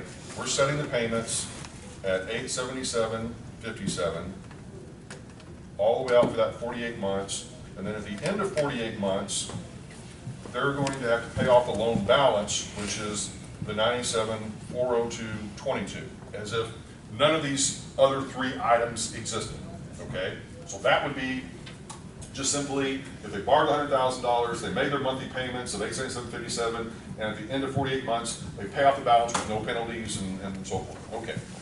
So what we do now is we're making the adjustment, and we're sort of saying, all right, you're no longer paying that off at, this is basically your future value, okay? But you're no longer paying this off. What you're actually paying off, because of the penalty, we're replacing it, and that penalty and everything included is going to be the $100,324.29. Okay, so we're in essence replacing the future value with that number. Then what we're doing is we're coming back and we're saying the loan origination fees. So with that, you basically have $4,000 that you're paying here up front. Yes. Yeah. But in order to reconcile everything up front, we're basically getting rid of that and then simply reducing this to $96,000. Then we're coming in with the servicing fees. We're saying, yeah, you're no longer going to pay the $877.57 a month. You're actually going to pay the $927.57 each month. And then once we have done all those things in tandem, all we're doing is we're solving for the interest rate. I think what I mean is not the calculator, because what I'm trying to show you is this is the logic of how the calculator is looking at it, is that you're simply replacing what would have been the future value of a payoff amount with the future value of the payoff amount plus the penalty. well, mine is saying I got to go erase that and then replace it. Well, you could, yeah. If you want gonna start, you know, as if it's a brand new thing, you really could, but you're gonna waste a lot of time doing so. I try to shortcut it a little bit so that you don't have to have as many steps. Okay? That's good. Okay. All right. Any other questions about this before we move forward? Yep. So, with a mortgage document, and we're trying to pull these tags and figures. Yep. What section? Well, once again, every mortgage document's going to be different in terms of how it's going to be. There's usually going to be a section that simply says prepayment penalty. There's going to be another section that may say loan origination fee. There's going to be another section saying loan servicing fees or administrative fees. So, you know, it's going to usually be fairly reasonably labeled, you know, but then you've got to obviously extract from that what you have to do. So then do they usually put them in as headers? Because that's what I was. It really depends on the bank. It really totally depends on how much they want to embed it in the, literally in the fine print versus, now here's the whole thing, like with residential, you know, you have all these truth in lending things that they've got to, you know, provide you with an effective cost of borrowing based upon the normal preconditions of the loan. And so, you know, some of this would be spelled out, but at the same time, there's still going to be, you know, unusual circumstances. Like for example, they can't spell out well what the impact of the prepayment penalty is for every single circumstance. Otherwise, they would have to have an attachment that would say, if you prepaid in month 1, if you prepaid in month 2, if you prepaid in month 3, and then, well, what about, you know, these other, you know, so all of that is not necessarily going to be spelled out explicitly on a month-by-month basis. It's going to just simply be language that's going to say, yeah, your prepayment penalty is going to be this, your loan origination fee is going to be this, and so forth, so on. Yeah. In terms of payment is always negative. Well, it depends. I mean, once again, if you're the borrower, making a payment to me, that is a negative. Okay. But from my perspective, as the lender, it's a positive. Depending on if it's going to be Right. a yield or Right. if it's, okay, got it. So it's always, one of the first things I told you to start off with, every single problem, you need to determine how many payments per year, then clear everything out, and then one of the second things that you need to do is to determine whose perspective are we looking at this from. Are we looking at it from the borrower's perspective? Are we looking at it from the lender's perspective? Are we looking at some other third party's perspective? Because that matters. Now sometimes we get a little sloppy with it because we say, okay, this is a simple basic problem, so we don't necessarily need to worry about the pluses and minuses. But for problems like this, yes, absolutely matters because we need to make sure that we know whose perspective we're looking at this from.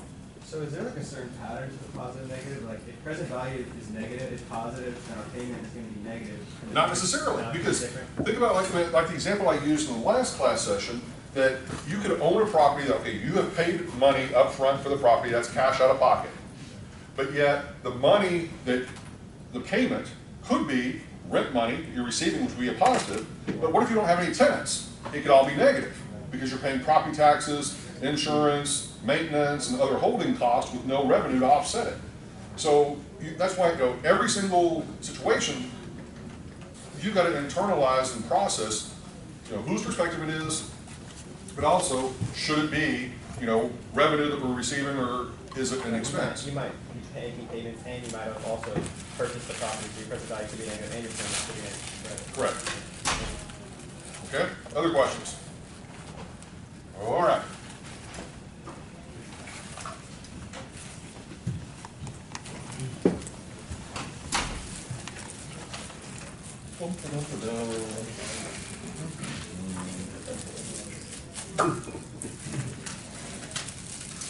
All right, let's do a constant amortization mortgage.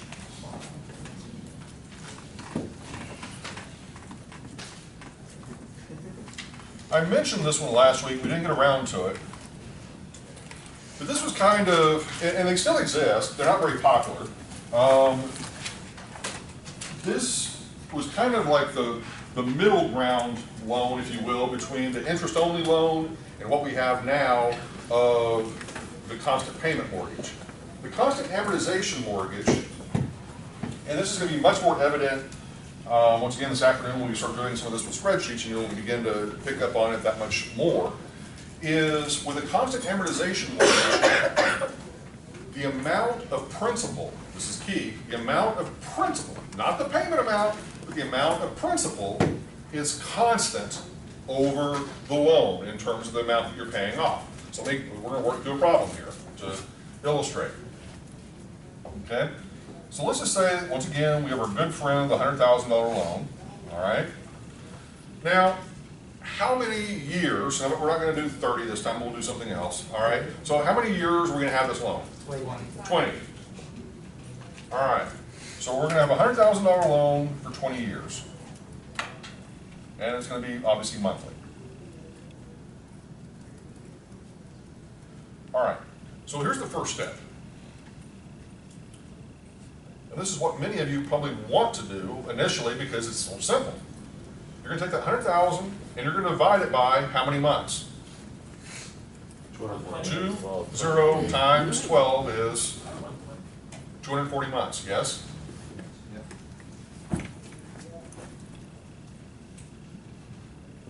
Okay, so let's do that.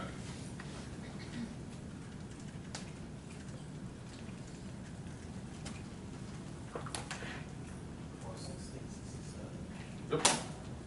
So that is going to be your principal payment every, not your loan payment, your principal payment every single month.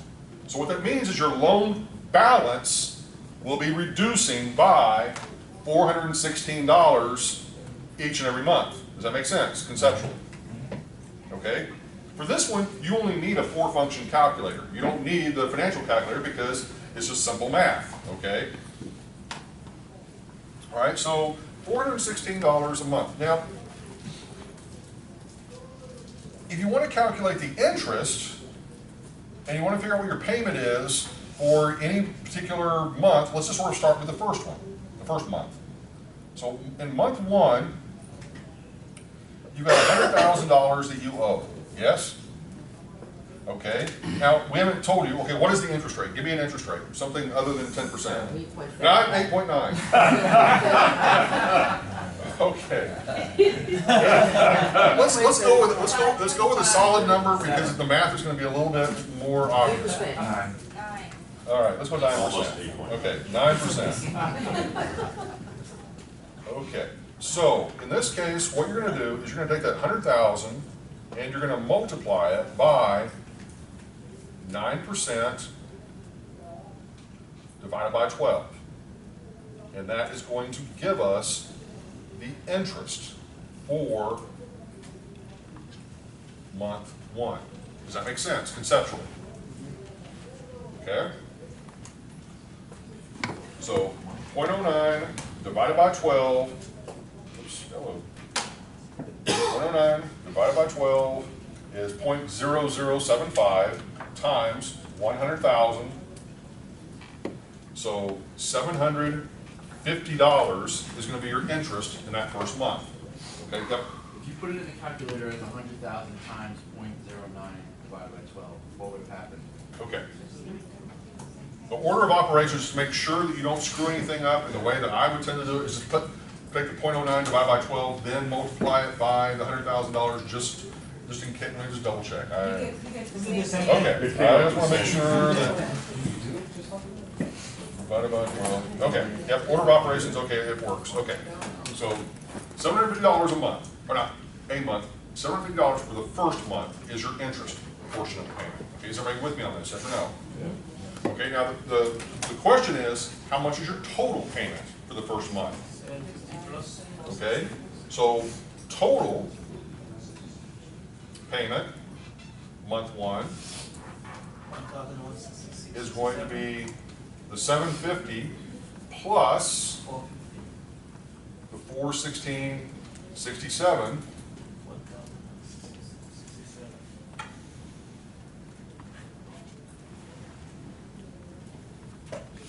Or $1,416.67.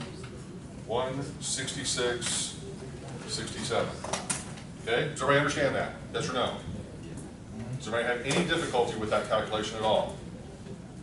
Understanding. Now, this is the part that begins to be interesting about it. As I said, you don't need a financial calculator to calculate really almost anything associated with this loan. So, and this is where your logic has to begin to kind of take over, and you get to begin to sort of think about this. So what if I asked you, what is going to be your amount, well, first of all, what's going to be your total payments at the end of year 1? So in other words, your payment for month 12. What is going to be your payment for month 12, and what is going to be your loan balance at the end of month 12? See if you can figure it out on your own. Okay, once again, what is going to be your payment for month 12, and what is going to be your loan balance for month 12, at the end of month 12? See if you can figure it out on your own, because you're going to need to. Is that the same? No? 984.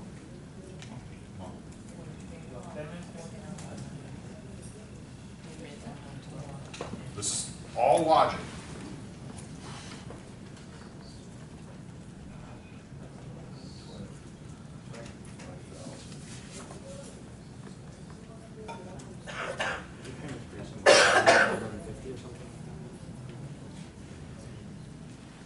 Okay. Let's help you out a little bit. Okay.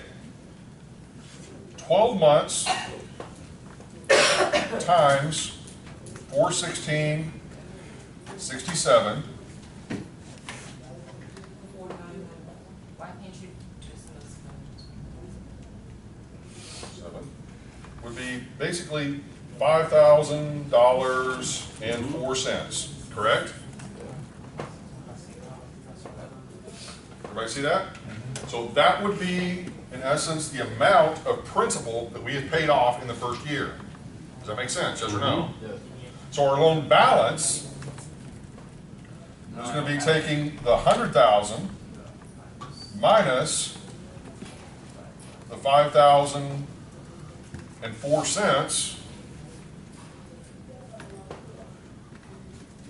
From the principal, right? so that you get $94,999.96 as your balance at end of month 12. Does everybody see that? Yes or no? Yes.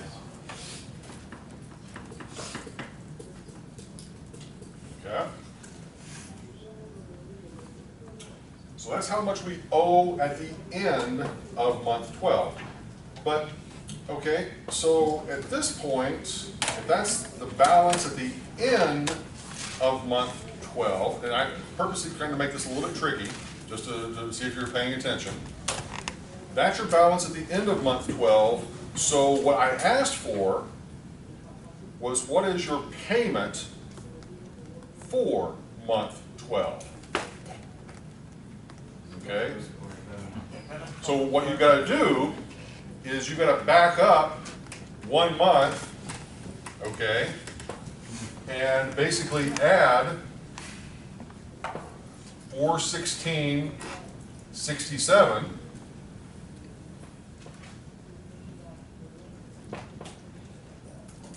Wouldn't you do the equation 11 times 416? Or, well, okay, keep in mind what I asked you. What I asked you for 2 different things. All right, first of all, I asked you, what is your balance at the end of month 12? Yes? But I also asked you, what was your payment amount for month 12? Okay, well, your payment amount for month 12 is based on the balance of month 11. That's why we're going back 1 month.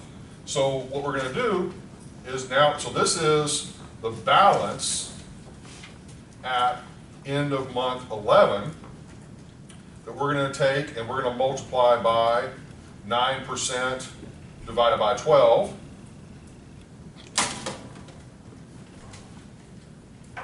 and we get 715.62 as our principal that we're going to pay in month 12, plus the 416.67. I'm sorry, this is going to be the interest. Saying one thing, doing another. Okay, this is going to be our interest for month 12. This is going to be our principal paid for 12. So the two of them added together is going to be 1132.29. So payment for month 12. Okay, good question? No, I got it. Okay. So, that's my point whenever I say that you can, with a four-function calculator, you can figure out, you know, any month, any payment, any balance for this constant amortization mortgage. So, for example, I'm going to throw this out there really quick and we'll see if you're paying attention. Where's going to be my loan balance at the end of month 180? Super quick. You don't need that much time. No. Oh, I'm sorry. Well, hold on here. How long of a loan is this?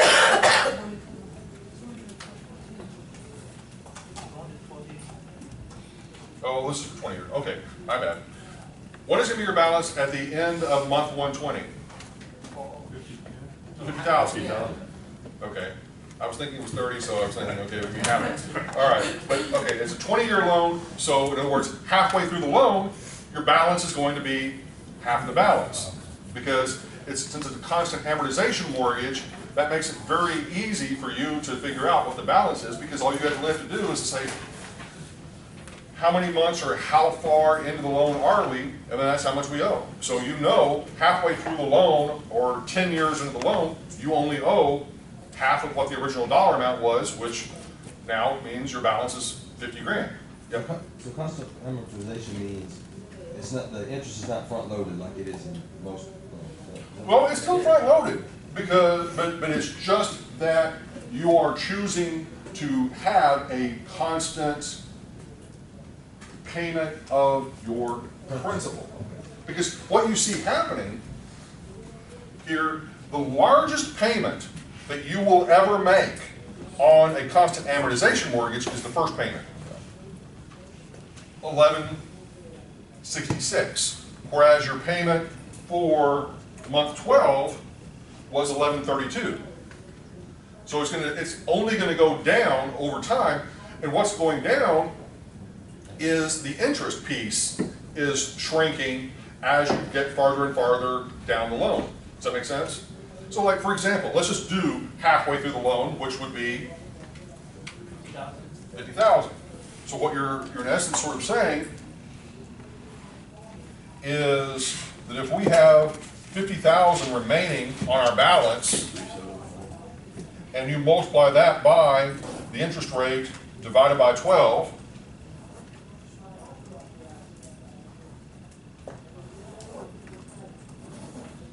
that means for that month, 375 would be your interest plus the 416.67 of principal, or your monthly payment for that month would be $791.67. Does that make sense? What month would that payment be in? Well, that would be the payment that would effectively be made after month 180. Because your balance is based on the end of that year. right. Okay. Now, for our like final payment in this, let's just to kind of give us a perspective here. So if we go and we are saying that this is 100,000 and we've got one payment remaining. So the one payment we have is based on, we've got $416.67 is the last month, last month. And then for that month, you would take the 0.09 divided by 12.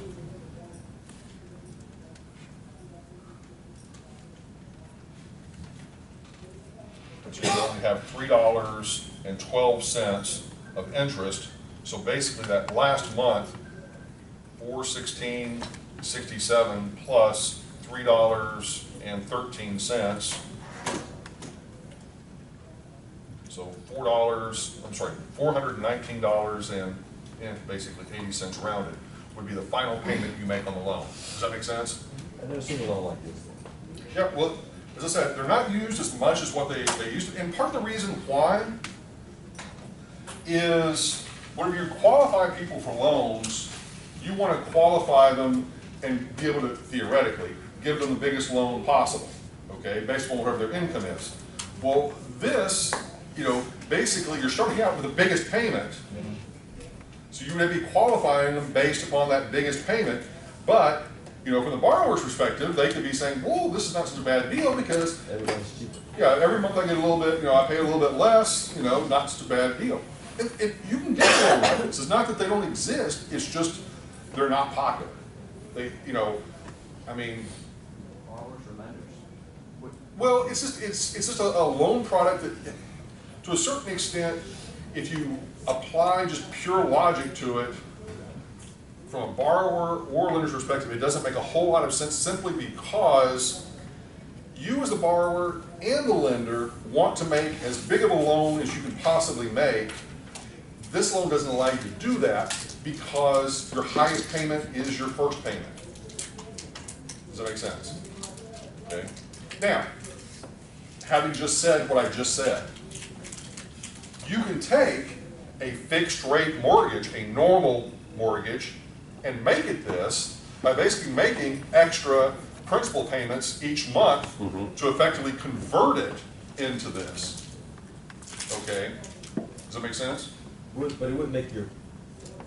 Yeah, it would go down, yeah, because your balance would be going down, and so it would match up with this. But it's just a question of whether or not you would, but you would once again have to start out at a higher payment than what your normal payment is to be able to achieve that. And assume you don't have any prepayments. And so you don't have any prepayments and other fees and whatever else associated. Okay? Does it make sense, everybody? Yes or no? Okay? Any other questions on this one? All right, moving forward.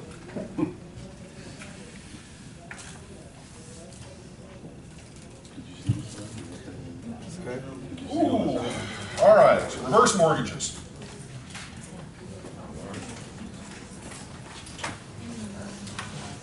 Otherwise titled, How to Take Advantage of Old People. Okay.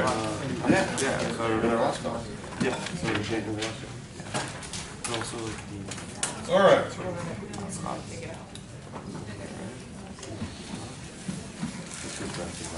How many of you have seen the late night TV ads for reverse mortgages? Okay. Believe it or not, yes, they do exist. Okay. And when I say loans that take advantage of old people, here's what I mean by that. A reverse mortgage, theoretically, is set up to help out someone who owns their home outright, okay? And typically, who falls into that category? Older people, okay? You know, that in essence have paid off their mortgage, they're sitting on top of this home that has, you know, a tremendous amount of value, but they don't want to sell their house for whatever reason. They want to stay in their house, you know, to put it bluntly, until they die or whatever, you know, have to be moved out. And this sort of mortgage allows them to do so. Now, some of these are completely legitimate. There's no question about it. There are some other reverse mortgages that are totally, completely legitimate. Several of them, not so much so, in terms of how they're structured, okay? In some cases, you know, these are structured with limited terms, meaning that we, like for example, here's the way it would work. Let's say that I've got a home, you know, let's put me in, like I'm 70 years old, okay, pick a number. All right, I'm 70 years old, I own my home free and clear, and my home is worth, let's say, $500,000, all right? I don't want to sell my house, I want to stay in it for the rest of my life, and so I make this deal for this reverse mortgage. Now, it could be set up to where it is a fixed term, meaning that maybe I set up where it's like a 15-year term. Well, then that means what? That pretty much whenever I'm 85 years old, this thing is going to mature, and I'm going to be, you know, probably having to move out of my house, okay?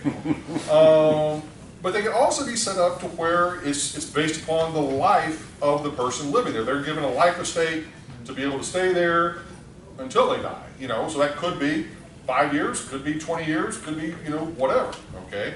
But the general idea behind them is that to provide a mechanism for additional income for somebody.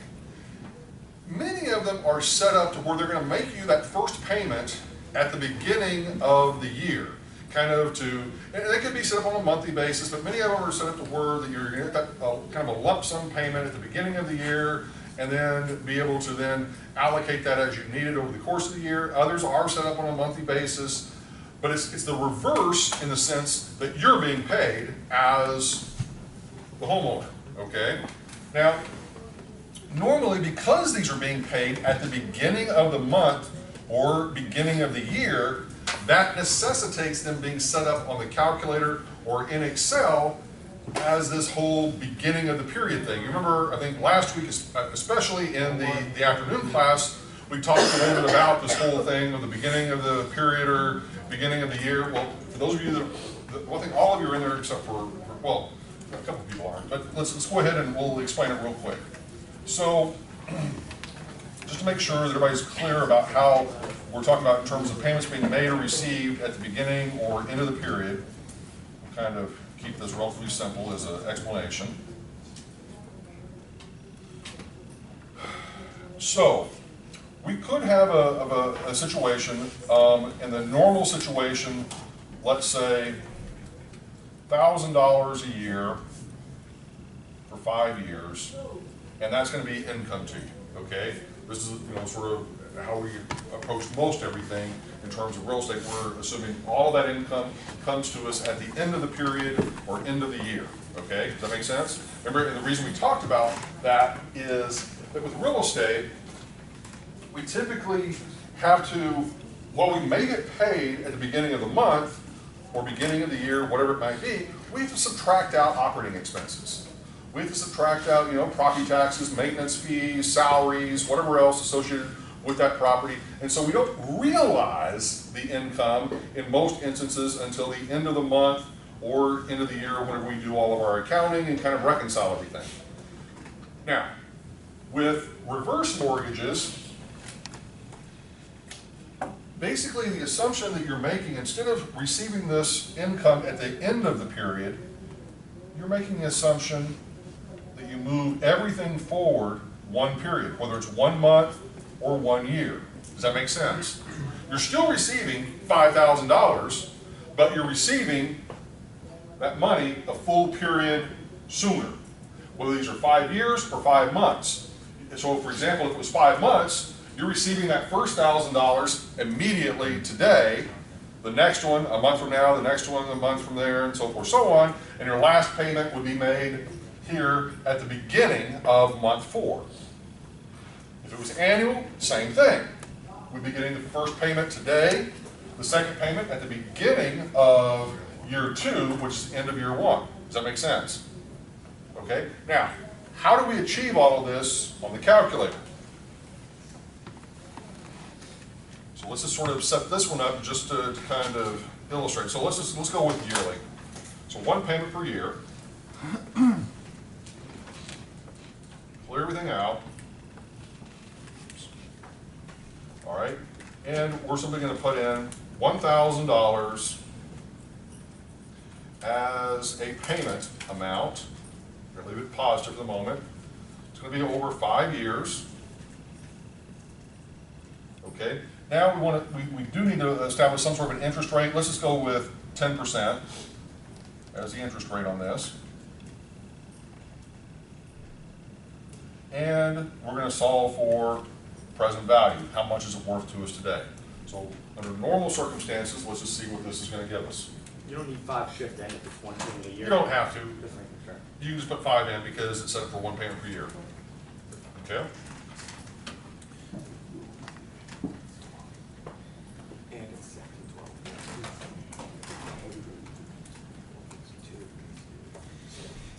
12. Okay. 37 or $3,790.79. So what we're saying is under the ordinary circumstances, that would be the value of those payments to us, assuming they were received at the end of the period. Does that make sense? That's the value to us. Now, if we want to swap it and make it where they are received a full year earlier, here's what you do. You hit the shift key, and then underneath the margin key is begin/end. So that's what we're accessing, is the begin/end. And so whenever you hit that key, in your display, and be very, very, very, very, very, very careful about this. If you see that BEG down in your display, that means that your calculator is set in begin mode. And so every problem that you try to solve is going to be solved assuming it's in the begin mode. So unless the problem is a begin mode problem, your answer is going to be wrong. Okay? So you need to make sure that whenever you finish whatever problem, like this one, that would require a switch over to the begin mode, that you switch it out of that mode whenever you finish the problem. Okay? But for this, so after just pushing that one series of buttons there, then resolve for present value.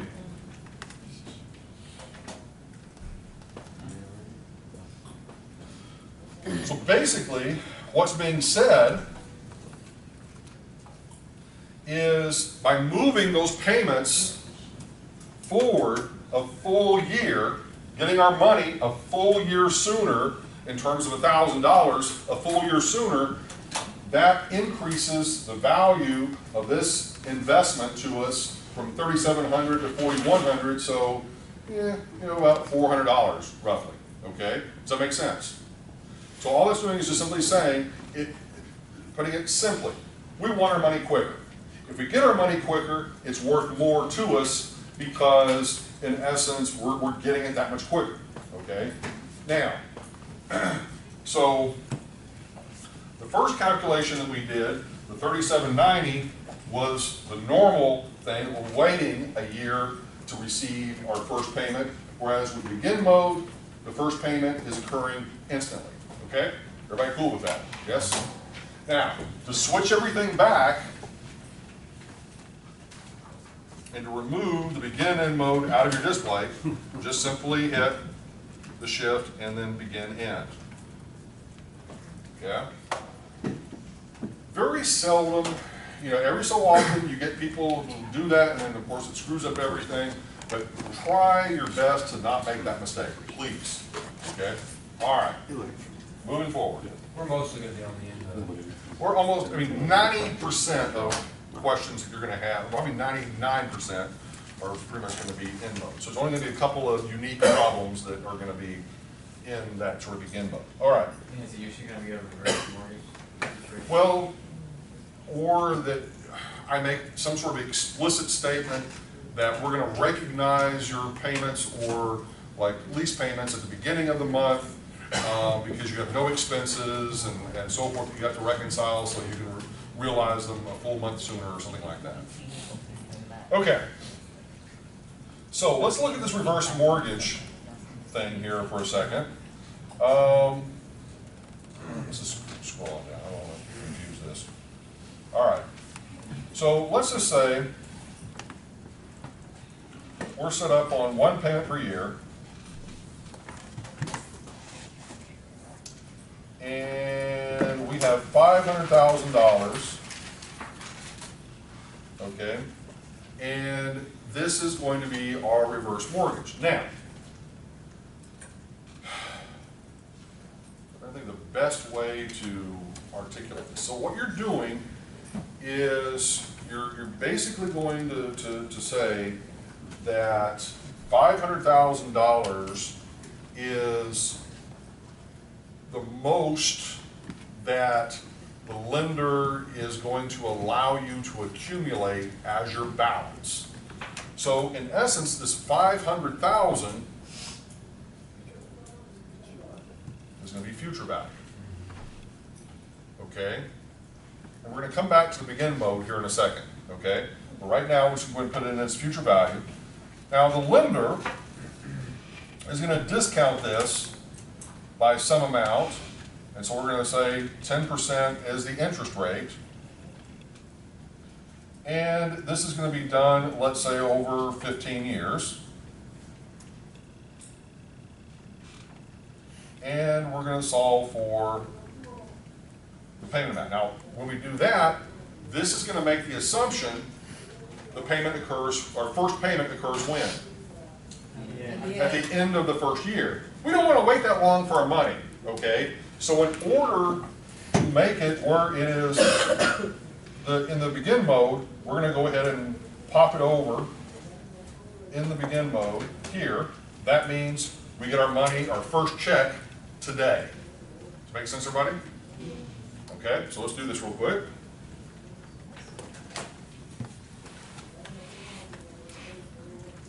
So you always try to get the original equation number for payment and then the beginning, or what you're saying is you can... You can do it anywhere, as long as it's before you solve for what you're solving for. Okay.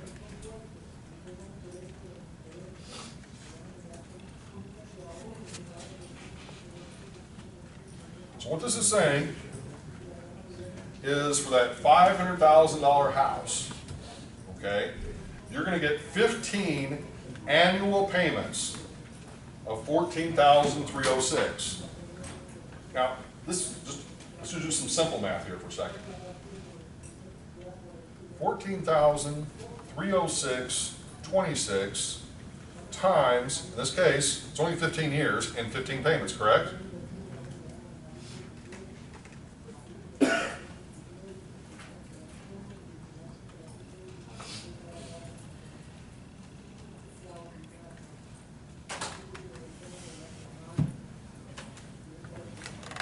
You, as grandma or grandpa, are only getting $214,000 of hard cash money over that 15-year period.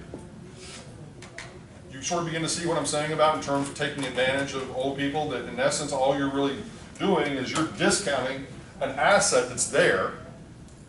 Yes, you are taking today's value and putting it as the future value, because, but see, even that is taking advantage, because chances are that value could be substantially higher at some point in the future, could be substantially lower at some point in the future. Yeah, but if you put 5% in, it looks a lot better. It looks a lot better. Okay. And so it's just a question of how, how high they set that interest rate is going to dictate that. But my point is simply, and probably in most of these instances, and once again, sometimes reason and rationality flies out the window whenever you're dealing not only with older people, but also whenever you're dealing with their personal residences and things like that. Because the logical thing is just sort of say, sell a house. Take the money, buy a smaller property, do whatever, invest the money, but sometimes convincing folks to do that is almost an impossible task. And so you're left with, this person just simply saying, okay, well, I want to stay here, and then at the end of 15 years, depending on the agreement, I may or may not be able to stay in the property after that 15 years, but the part of the agreement that's also sort of interesting is you're not going to continue to get payments after 15 years. So whatever income that you were trying to supplement, that goes away at the end of 15 years. Well, somebody's got to pay the property taxes. Somebody's going to pay the insurance on the building. Somebody's going to pay maintenance and upkeep. Somebody's going to pay for all of that stuff, and that's not included here. Can they do like sell it themselves, or they're just locked that they can't sell it and then give back this $214,000? They sell it where they're gonna live. Yeah, they got to move somewhere. So far, you haven't given up any, as far as giving up any money yet. Right. Other than signed off their mortgage. But you signed the title over now, right? Yeah, do they Yeah, get that's title the day one? question right there. And they only loan up to like 75% of the value of the house, so there's always a huge cushion. Then they My discount. point is just simply introducing, okay, shh.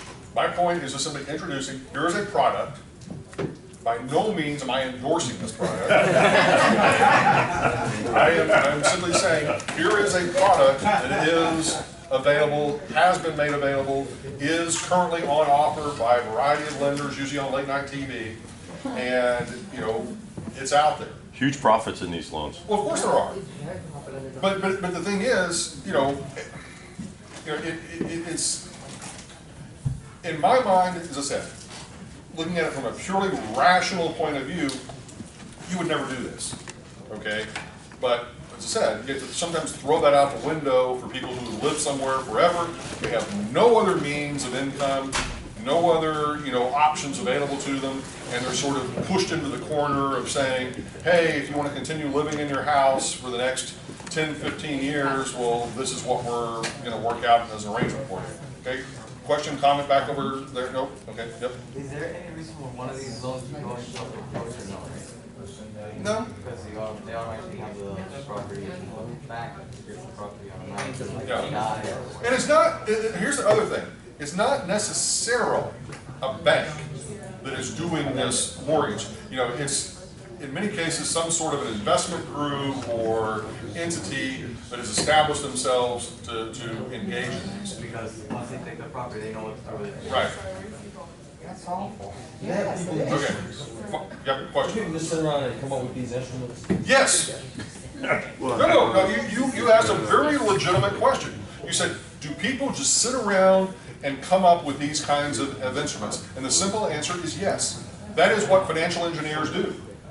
These are very basic instruments. These are the ones that have been in operation for many, many years. But the point being is, you can make some of these things so ridiculously complex and convoluted that almost no one can really understand what is truly, trying to be accomplished. Like a derivative or something. Like Yeah. mortgage factor. Yeah, well, like mortgage-backed securities, I mean, to give you an actual sort of perspective on this, so, time flies, but, so about 20 years ago, I was teaching at Texas A&M and had a consulting gig with a company called Oryx Capital Markets in downtown Dallas. And so these guys brought me in to do a variety of specialized training on commercial mortgage-backed securities for their people. But the interesting thing that I got to observe was looking at these loans that they had put together or other lenders, or lenders had put together. They were the servicers of all these loans. But looking at the loan documents, some of the ways in which the prepayment penalties were being calculated were by no means the straightforward, simple little calculations that I'm showing you with regard to simple, take outstanding mortgage balance, multiply it by a percentage, and come up with the payoff amount. They had these calculations that were ridiculously complex that looked at, well, what the prevailing, bond rates were, and then, correlating that then back to, some sort of a yield, as I sort of mentioned to you earlier, of this whole thing of yield maintenance based on what prevailing rates were, based, on a whole number of, so they're like, literally like almost a dozen different variables that they would sort of include in some of these prepayment models. Well, the reason I'm mentioning this is every one of them was different. Every lender had done it just a little bit different. And so they had a team of basically 5 people within this 300-person company that every time they had to calculate one of these, they would independently send out the details to each of those 5 people to do their independent calculation for that loan prepayment, because these prepayments were huge.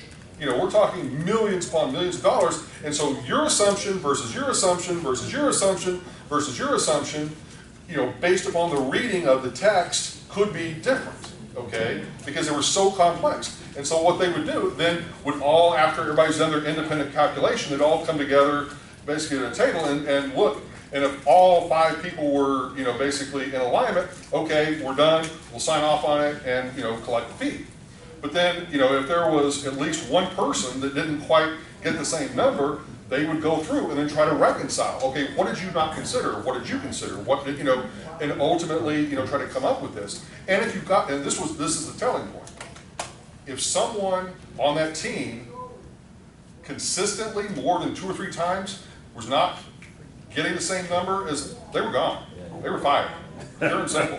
You know, there was no, you know, room for error, because you're dealing with, once again, millions of dollars in these things. Okay? So the point is, that, you know, getting back to the simple question that you asked, do people just sit around and kind of, you know, think about how to create these sorts of things? Yes, they do. And in some cases, they are meant to be very complex and very, you know, strange in terms of the things that they maybe depend on, you know, to then kick some sort of provision, you know, into action.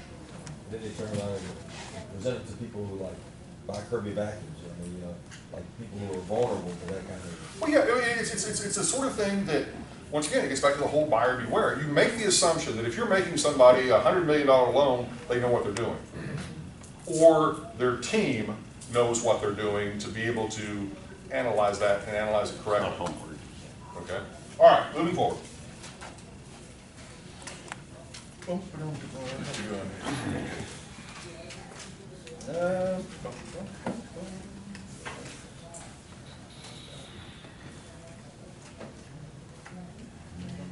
All right, well, this is a good time to jump into adjustable rate mortgages.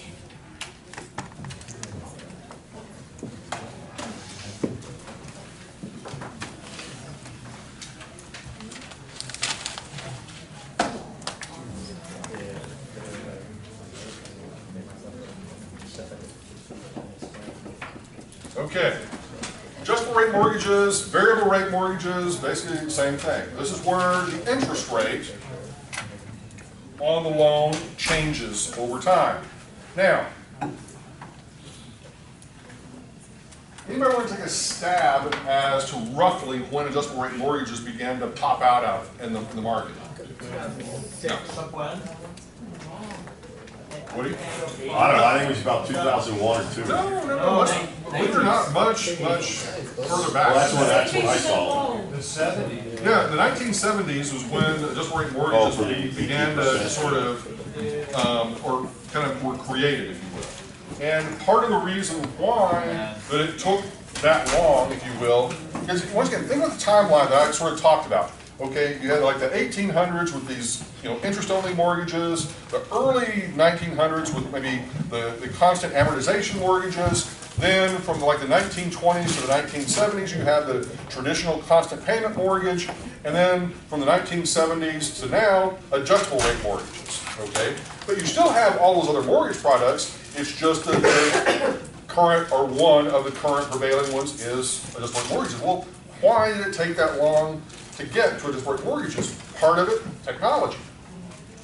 With adjustable rate mortgages, there are a ton of calculations. Well, obviously you can look at the handout that I gave you and you begin to sort of see what I mean. But the point being is, there's a lot of calculations that go into having to adjust the interest rate on the mortgage, whether it's once a month, once a year, once every 6 months, once every 2 or 3 years. And once again, all of that is dependent upon what the lender chooses to put on offer. All right?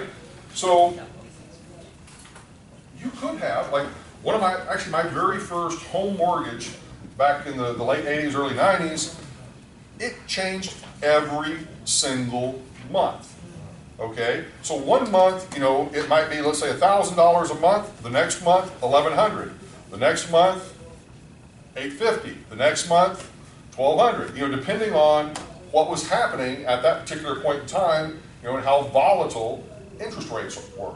Okay? And that's not uncommon, you know, to have an adjustable rate mortgage that does change every single month. But some of them are set to where they only change maybe once a year, or they change once every 2 or 3 years. So, you know, whatever the lender is, you know, they can effectively set those sort of guidelines as to how often they change and what the conditions are. Now, one of the things to sort of throw out there as a term that you need to be sort of aware of, and we briefly, I think, mentioned it last week, is a teaser rate, okay? A teaser rate is basically an introductory rate, okay? It's the rate that, like, a traditional retailer is going to use to pull you into the door to make the deal. So that teaser rate is going to be the kind of thing that, okay, on this mortgage, we're going to give you a 1% interest rate for the first 6 months, and then it's going to jump to whatever the market rate is, which might be 5, 6, 7, 8%, okay? Well, all of a sudden, your payment goes from down here to way up here. Well, now you also may no longer really qualify for the mortgage in the sense that you may not have the income sufficient to be able to support that much of a change in the interest rate. Well, does that sound familiar with what sort of products were being introduced in 2005, 2006, 2007, and so forth? Of course it is. Basically, what you were doing is you had these lenders that were saying, hey, we know that you can only afford, let's say, $1,000 a month as your mortgage payment. So in order, let's just kind of do some simple math here to kind of illustrate what I'm talking about. So if we say, all right, 12 payments per year, and once again, clear everything out, and we approach this from the angle of affordability. And we simply say, you can afford $1,000 a month as a monthly payment, and this is going to be for a 30-year mortgage. All right? And what we are going to be obviously changing is the interest rate to ultimately solve for what is going to be the maximum loan amount. So let's just say that the initial, well, let's go to the super extreme here for a second. 0 interest, okay? All right, if it's a 0% interest rate loan, how large of a loan would you be able to afford? Let's do the calculation here. You see the, now make sure you get your calculator set back away from begin mode. Look in your display, make sure begin mode is no longer there. All right? Yeah, see what can happen. Don't make that mistake. Okay. All right, $1,000 payment, 30 shift in, 0% interest rate, solve for present value. Okay, so $360,000 mortgage. Okay, well, think about it. $1,000 a month for 360 months, $360,000 mortgage. So no interest there. Okay? Now, but let's just raise that. I'm going to kind of go over here. Let's just raise that to 1%. And let's see how that impacts our affordability. So that's the only variable we're changing. Just 1% becomes your new interest rate. Solve for present value. Wow, that kicked us down to $310,907.07. So basically, our purchasing power with that 1% interest rate difference went down by about 50 grand. Okay? That's pretty significant. Okay? Well, we escalate that up a little bit more. Let's say that we go from 1%, I don't know, to 3%.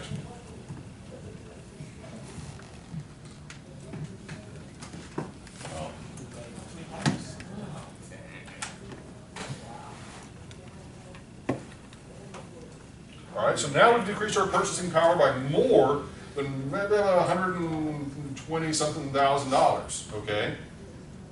Just by getting a 3% interest rate. Well, let's just say interest rates go up a little bit more, to 5%.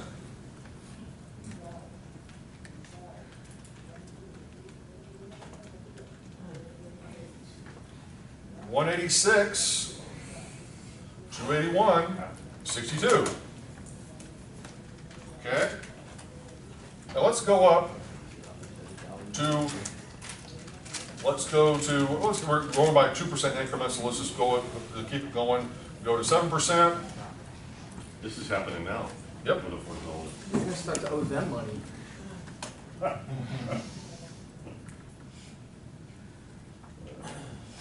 So basically, here's just one little simple observation. So that pretty much at a 5% interest rate, we can only borrow half as much, roughly, as you could at a 0% interest rate. That's what's just a 5% interest rate. Okay, which is pretty much where we are now, somewhere in that vicinity. Okay, now we keep going. You see, okay, there's 7%. And now, just for you, we're going to go to 8.9%. Right? So 8.9. We'll see. Wow. 125,000. 401.63. All right? So, you begin to see, hopefully, you begin to see the impact that as interest rates go up, your purchasing power goes down, which leads to the whole thing we were talking about last week, the simple relationship. Interest rates go up, real estate values go down. Well, there's a reason for that, because your purchasing power is going down. Because here's the thing, in order for the value to stay constant, your income would have to go up. Or your payment. That's what I mean. Your income would have to go up, means you can afford a larger payment. But chances are your income is not going up enough to offset that change in the interest rate. Does that make sense? Okay. Max? And one of the things that we talk about in our buyer consultations is, in layman's terms, if you do the math, for every interest point it goes up 5 to 6, you lose 10% buying power. That's huge. So, all right. So, hopefully you begin to understand. Now, let's just look at it like this.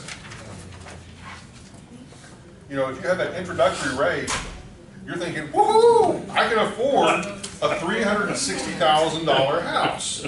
Okay?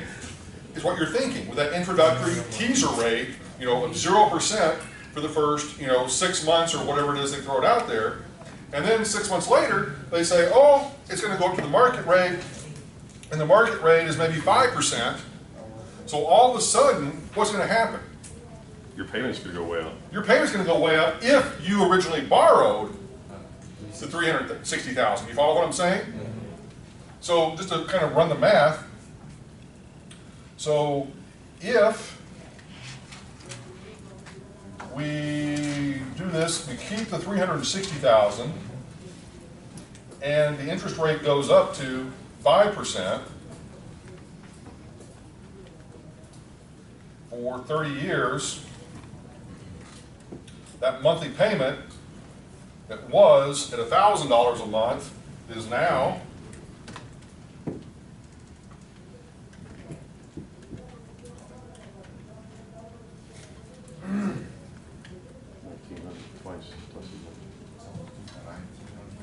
all right, so my assumption is that the ordinary person on the street that got this adjustable rate mortgage with that 0% teaser rate for that first 6 months, and we're saying, oh yeah, I can afford $1,000 a month, no problem.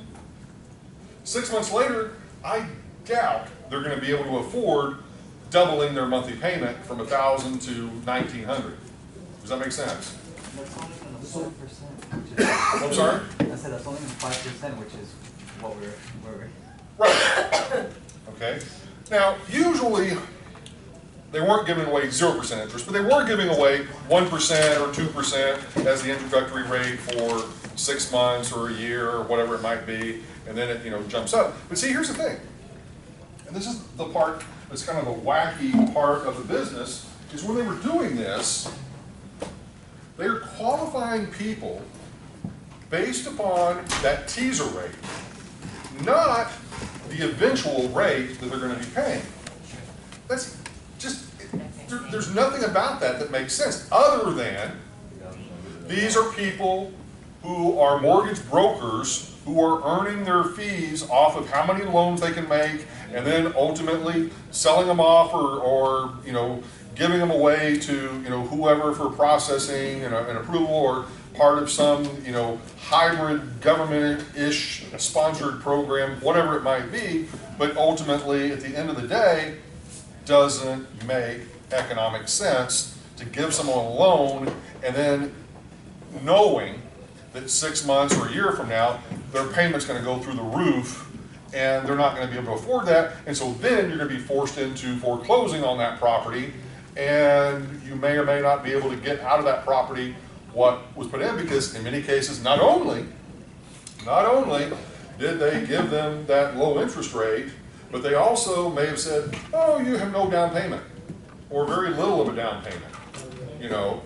And on top of all of that, we're not going to require really any significant documentation about your income. You know, you just write on a piece of paper for us what your income is, and we'll take that and we'll use that in our underwriting. You know, so I mean, you think I'm insane when I say that, but to a certain extent, with some of these lenders, it was that bad. Was that, and with a 2% teacher rate, isn't that a negative AM until you start paying your real interest rate? Not necessarily. Okay. It could be, but in some cases, it was a legitimate. So you even had a bigger loan? Yeah, it could have been, but in a lot of cases, it was just simply an introductory rate, and then it would revert to the higher rate. But it's not to say they couldn't set it up to where that you would then have negative amortization, you know. Until you pay the real interest. Right. I wanna know, like, Which actually gives me an idea for a good test question, but okay. All right. What do you why would the banks allow that to happen though? Like, why would everyone, Agree. welcome this? So, okay, so was it a case where they knew that they could get back the properties and like, you know? Or they weren't going to be held responsible. Here's the thing. You have to, like, for example, I could, you know, employ Angelo here, and his whole role is to make loans, collect all the documentation for those loans from the borrowers, all right? And if he's working directly for me, I'm hoping he's doing what he's supposed to be doing, all right? You know, he's my employee. But what if he's not my employee? What if he's an independent contractor? You know, and I am simply paying him a fee of $500 or $1,000 for every, you know, package that he sends to me, all right? Well, I review the information that he sends me, and at first glance, or I just don't take the time to maybe, you know, investigate further, you know, all of the things that he may or may not have done in terms of due diligence on that loan. And so it gets handed off to me, and I'm, you know, saying, okay, and then I take that loan along with a whole bunch of other loans, package them up, sell them off, you know, into the secondary mortgage markets. Those get bumbled around for a while out in the secondary mortgage markets, and then it's not until maybe a year later they start blowing up. Okay, who do you hold responsible? Do you hold him responsible? He has maybe no assets whatsoever. Yeah. He's simply getting paid some, you know, once again, relatively modest fee. You hold this lender, you know, responsible for doing it? Well, they just simply took the information that he had provided to them and used it. Are they somehow negligent in all of this? It's out of their hands. They sold it to the secondary mortgage markets. So, you know, it's an issue of who you hold responsible, and if it passes through enough hands, it's a very difficult thing to sometimes assess who is really, truly, honestly responsible. Well, you can really trace it all back to, it's pretty much Angelo. You know, he didn't do what he should have done in terms of the proper due diligence, you know, in verifying income and, you know, doing proper credit checks and doing all of the other things that maybe he should have done. But my point being is, because he was an independent contractor and because maybe he has no real substantive assets, there's really nothing to go after. But there must have been someone that vet the loan at some point. Unless they had an escape plan and they were like, okay, this is a loophole that they're using to generate loans, but push comes to shove, we just own, like, you know, all the homes on the market now. You know? In essence, the point being is, there are a lot of different players that are indirectly, directly responsible. And the problem, as I said, was really being able to assign full and complete responsibility to who was responsible. But even barring all of that, the simple fact was the bad loans were made. And then once the bad loans are made, someone, somewhere, has to suffer the consequences on whenever those loans go bad, and who's going to be stuck, if you will, with the bill. And so it could be, once again, a government-sponsored program, you know, whether it's like Fannie Mae, Freddie Mac, HUD, whatever, you know, that in some way, shape, form, or fashion gets pulled into this mess, or, you know, it could just be the raw investors in these either residential or mortgage-backed securities that get sort of, in essence, taken to the cleaners by virtue of the bad loans. Okay? Wasn't there, what was the name of that movie that they made about this whole debacle? The Big Short or the... It's pretty good. Yeah. I think it's Big Short. Mm-hmm. But yeah, I mean, the point being is, you've got to begin to look at a market and understand what's going on. And right now, some of those same exact things are happening again. It's mind blowing, you know, that it's taking place, but you know, it's just happening. Is the credit agency play a big part in it, Professor? I'm sorry, what? The credit rating agency? No, the banking. The credit rating agency. Oh, credit rating agencies. Yeah, they suffered quite a bit because they, once again, they were just sort of glossing over a lot of the documentation and not really being thorough in understanding and investigating, you know, what was actually taking place. Wouldn't you say that the new laws that Florida has in place actually helps to prevent some of that Yes, stuff? actually, you know, the whole thing, you know, dealing with, you know, the amount of down payments and the amount of you know, cash that has to be provided, you know, up front to try to avoid these situations of where, yeah, somebody puts down 5% and then just walks away from it, you know, whenever the market starts to go bad before it gets built or it's halfway built. Yeah, to try to, you know, preclude that from happening, yes, that's going to make a difference. But at the end of the day, my point is simply, you've got to be aware that there are still a variety of these kind of products that exist out there, and while they may or may not be mainstream in the sense that, you know, let's say 50% of the market are getting those kind of loans, but if enough of a percentage of the market get those kind of loans, and those loans go bad, that impacts the remainder of the market because of the spillover. Right. You know, and so you have to be, you know, just very aware of kind of these early warning signals of the market potentially is about to change. Okay. Is anyone paying attention to student loan defaults? I'm sure they are. That is high. You know, and that's a, you know, and that's yet another, you know, piece of the puzzle. But yet that is not tied to an asset, whereas real estate loans are. You know, student loans are just tied to a person. So there's really, you know, not a whole lot you can do other than, yes, you can go after that person, but yet if they have no assets, no income, or insufficient income, there's not a whole lot you can do. Whereas obviously, at least with a home loan or a real estate loan, hopefully you've got some sort of collateral. Well, yeah. But then you're not going to collect the money either. So, okay, let's move forward. All right. Yeah. So, okay, let's do it this way. All right, so let's just start out with, let's sort of give the characteristics. Okay, what do we want the initial interest rate to be? When do we want it to, we're going to have to change a couple of times, okay? Just to sort of illustrate the logic and the process on this. So, give me the initial teaser rate. 2. Way too high for a teaser rate. Okay, we're going to go 2%. It's 0.089. That's our initial interest rate. Okay, how long is the teaser rate going to be good for? In months or years? 1 year. Okay, I'm hearing for 1 year.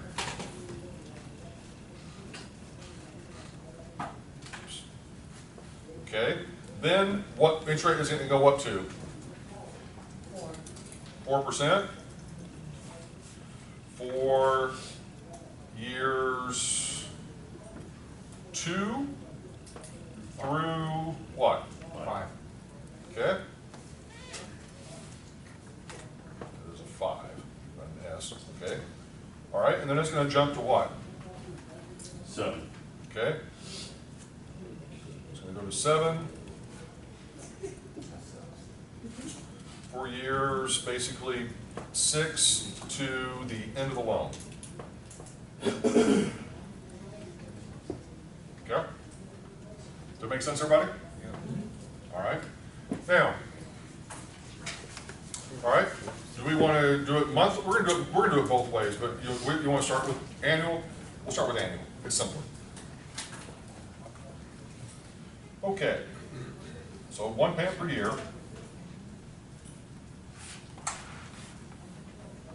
It's best to start with the annual on this because then it helps you to see the logic a little bit better. Then when we switch to the monthly, then you're like, aha, okay. So, trust me. All right. Clear everything out. All right. We will go ahead and start with our famous $100,000 loan. All right. And so how many years do we want to do this one for? 15. 15? The reason why, part of the reason why I do the $100,000 loan is because sometimes it's easier to then relate the numbers back because you're basing it on a nice big round number and see some of the connections that otherwise you wouldn't necessarily see. Okay. We said how many years, I'm sorry? 15. 15 years. Okay, so our initial interest rate is going to be 2%. Okay. So nothing really new at this point. Just simple, put it in, plug and chug.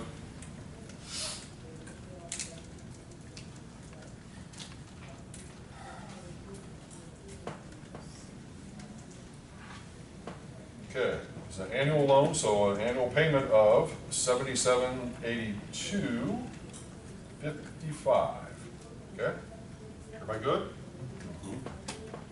All right. So that is going to be basically the one and only time we make that payment, right? It's for 1 year. Okay, so we're going to do 1, input 1, shift, amortize, equal, equal, equal, get our loan balance.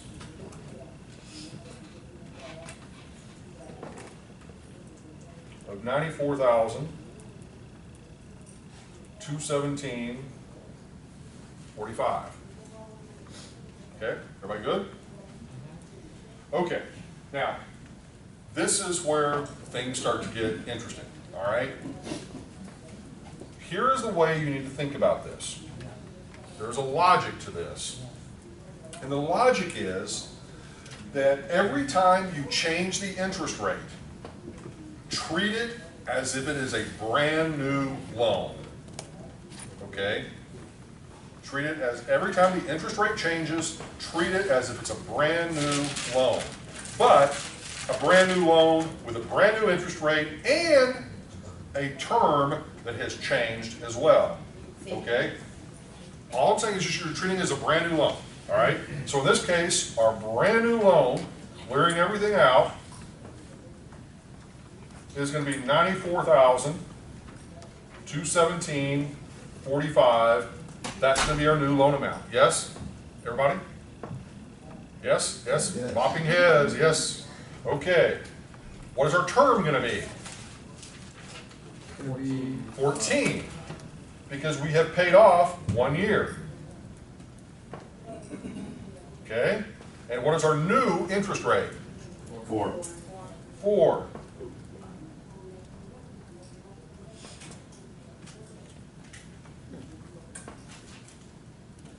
So is that the photo making I'm going to be famous on Instagram later? Okay, no. All right. So, all right, so 94,217.45 as our present value or new loan amount for 14 remaining years at the new interest rate of 4% means our new payment, $8,919.47. Now, I find it interesting because, and I tend to do the same thing on most of the problems I give you, which is probably part of the reason why you did what you did, but your interest rate could have gone down. It didn't have to go up. I mean, it did. And in this one, well, you got an initial teaser rate, and yeah, you probably want it to go up from there. But in in the third instance, instead of it being 7%, it could have gone down to something, below 4%. But we're going to continue on down our path. All right. So at this point, this is, once again, another piece where the logic begins to kick in. That 4% is good for which years? 2, 3, 4, and 5. So it's good for 4 years. Everybody follow me on that? So where you can, it's okay to count with your fingers, just to make sure that you don't screw it up, okay? All right? So what you're gonna do is you're gonna do 1, input, 4, shift, amortize, equal, equal, equal, to get our balance. So not to obviously new loan. Right. That's what I'm saying. You gotta think of it as a brand new loan. Okay?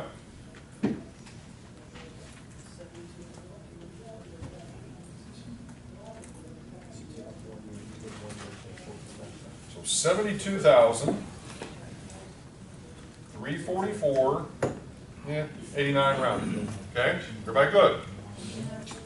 Okay? All right? Next piece. What do?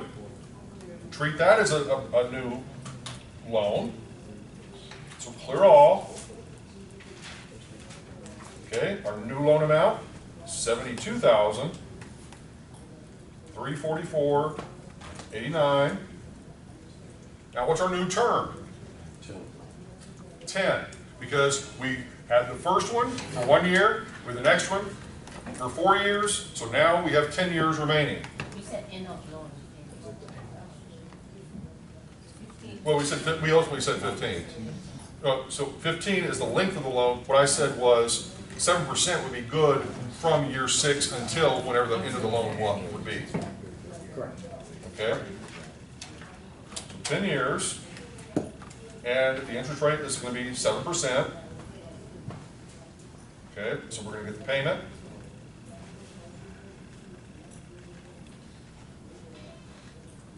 Professor, can you just scroll back up just a little bit? Yeah, sure. Thank you.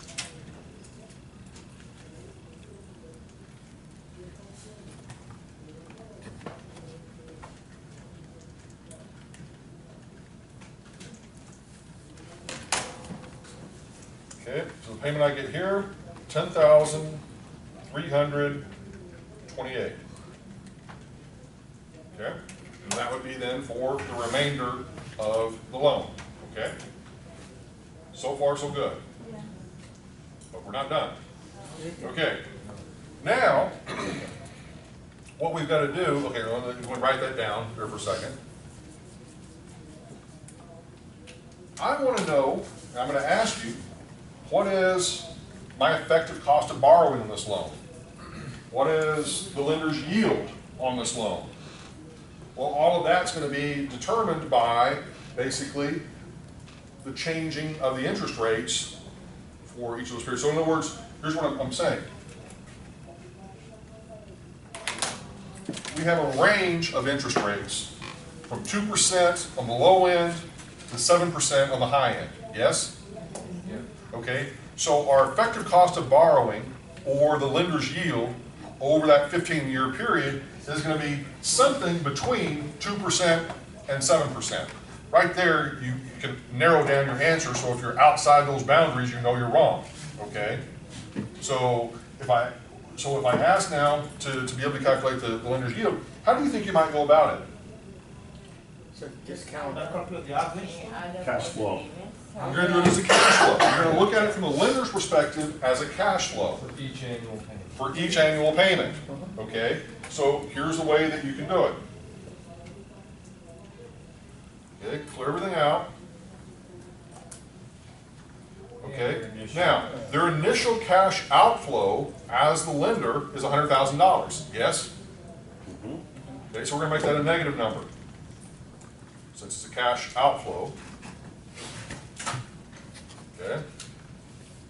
Then the first inflow that the lender is going to receive is $77,82.55, and that's going to be a cash flow to them. Yes. Then for the next period is going to be $89,19.47 as a cash flow. Okay, so let me stop right there. Okay, how many times does the first one occur? Once. So we're done with that one. It only occurs once. But the second one occurs how many times? 4 times. Well, we have a choice to make. Either we put that 89-1947 cash flow in 4 consecutive times, or we use the shortcut, which is saying that one occurs 4 times, and then you hit shift, and what you're accessing is right below the cash flow key, which is N sub J, the number of times that cash flow occurs. Does that make sense? Okay, just shortcuts the process a little bit. Instead of you having to put in that dollar amount 4 consecutive times. Okay, now then we put in the final 10,328 as a cash flow. And that one occurs how many times? 10. 10.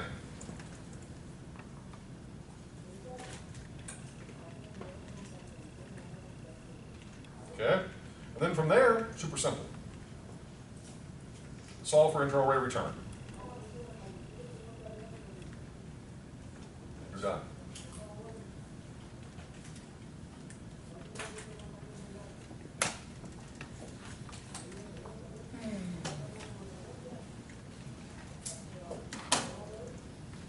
Instead of doing frequency for the second cash flow, can you just discount it to what the present value would be in the time 2 and just have it as one payment? You could, but I don't Except for want like you a to do simple that. way like this. That's the simple. This is annually, so if you were doing monthly, you'd have, instead of 4, it'd be 4 times 12. Yes. That's why I started with this one, because it's a little bit easier. Cash flow.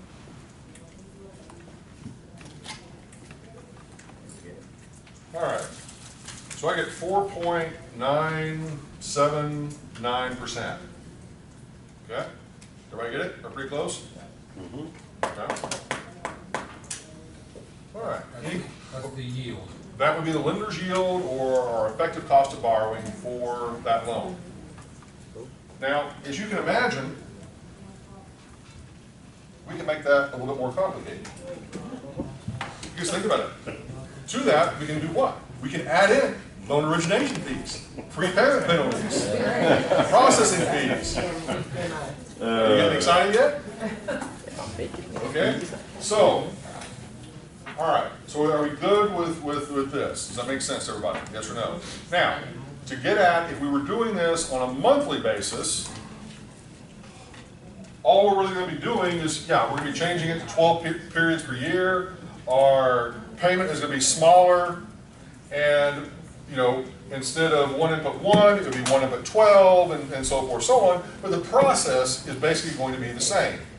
Okay, it's just that, you know, instead of this occurring just 1 time, you know, it would be 12 times. Instead of this occurring 4 times, it would be 48 times. Instead of 10 times, it would be 120 times, and so forth, so on, for whatever that monthly payment would be.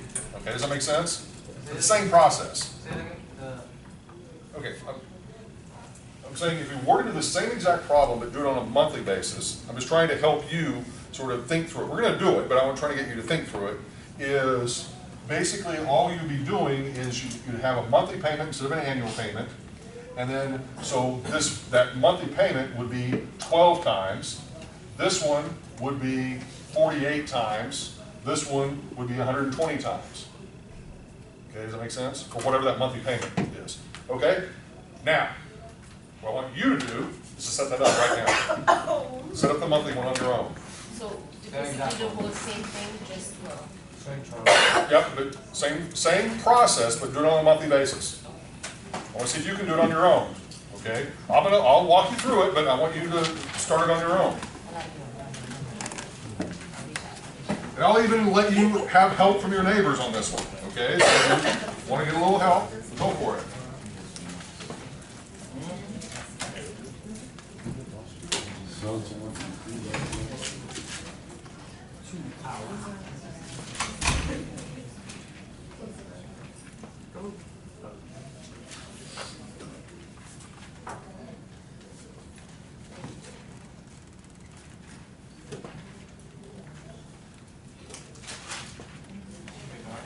Yep. Can you scroll down a little bit? Still 15 years? Yep, still 15 years. Everything is the same, except it's gonna be monthly.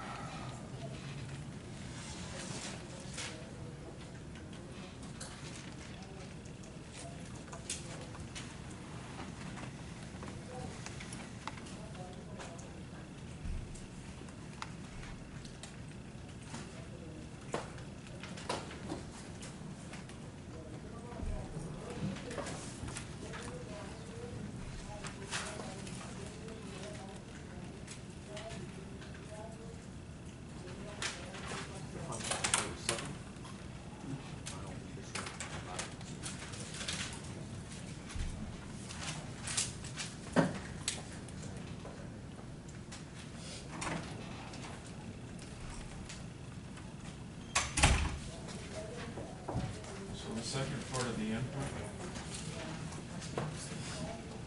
when you're going between multiple year or multiple interest rates, is that for the number of years it's in each interval?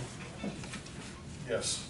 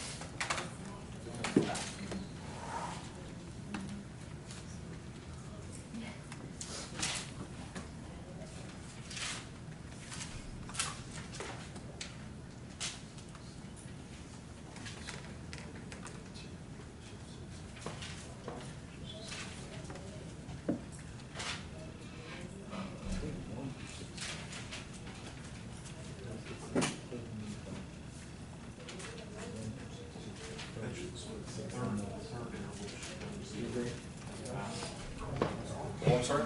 The third interval should to zero the balance. Yeah, exactly. This is at the end of the 15 years. So, okay. All right. So here's the setup without the numbers.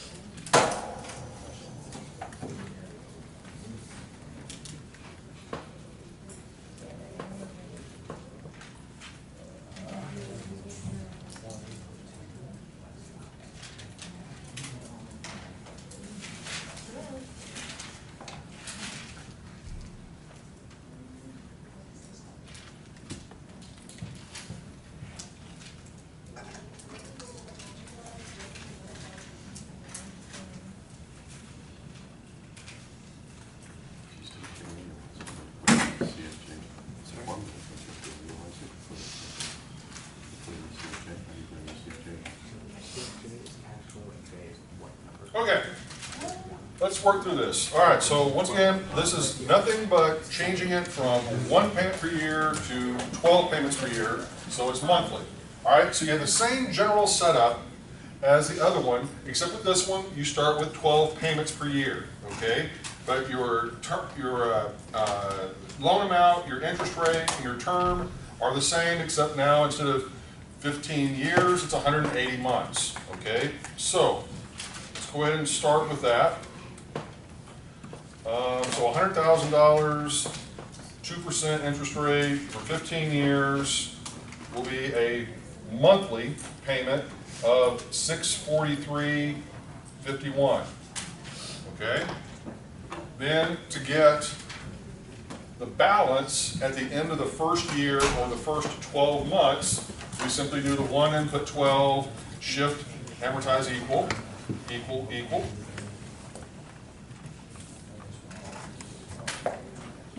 So you end up with $94,225.15. That becomes our new loan amount. Okay, so we clear everything out, start over. So 94,225.15. 4% is our interest rate. 14 years as the term. Get our payment. 733, we're gonna round that off to 40. All right, then find the balance at the end of 48 months or 4 years. Should end up with 72, 437, 78, 79. Okay, clear everything out. 72, 437, 79 as a new amount.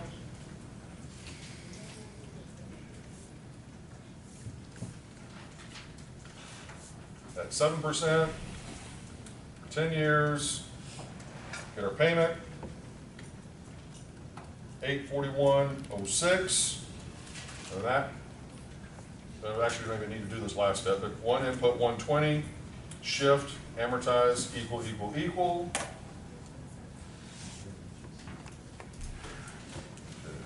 72, 437, 79, 7%, 10 years, payments,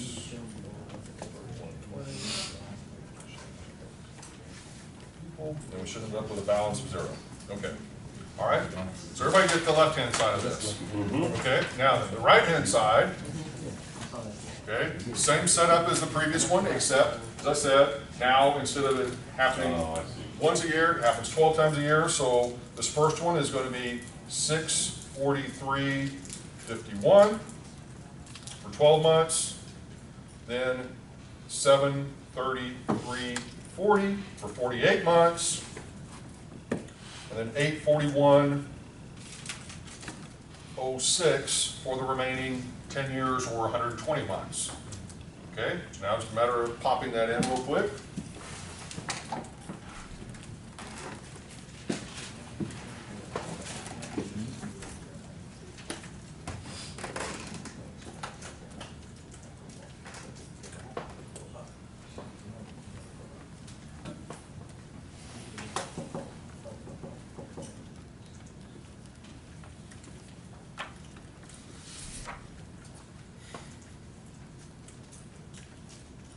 Yeah. Lo and behold, not that different. 4.942 versus the other one, which is 4.979, okay?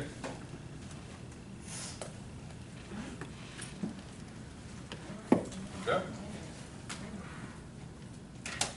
Do I match up?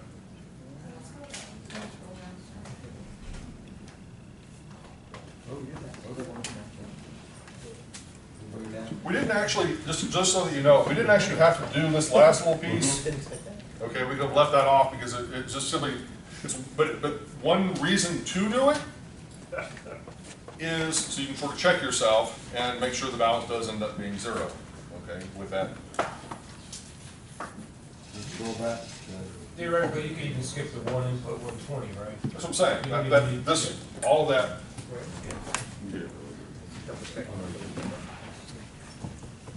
Okay.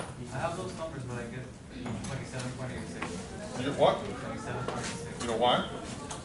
You know why? Tell me. That's correct. You put it in. You put it as you just like made it, I find it just You have to change the number of compounding periods from 1 to 12. No. I have the same numbers except when I do the current date. Okay, are we good? Yeah. No, can I scroll down? Yeah. No, when I have all the same numbers on the left side, I got them. On the right side, the IRR per year, Well, unless you just, I mean, it's got to be you either input something obviously incorrectly or you didn't have the number of compounding periods set correctly. Like, there are two explanations.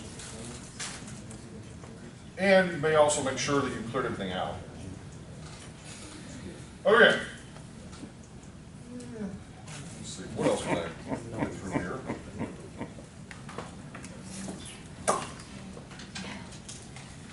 Can deal with that.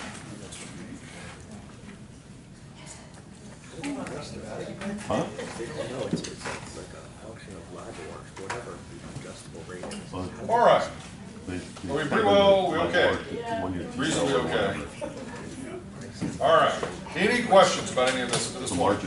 Now, another little thing, just to make sure that I didn't leave anything out, knowing me, there's always some little something. Let's go back here for a second. So if the check goes up. Okay. I just want to make sure we're clear on something as it relates to this whole business of using like the begin-end function. All right. Now here we use the begin-end.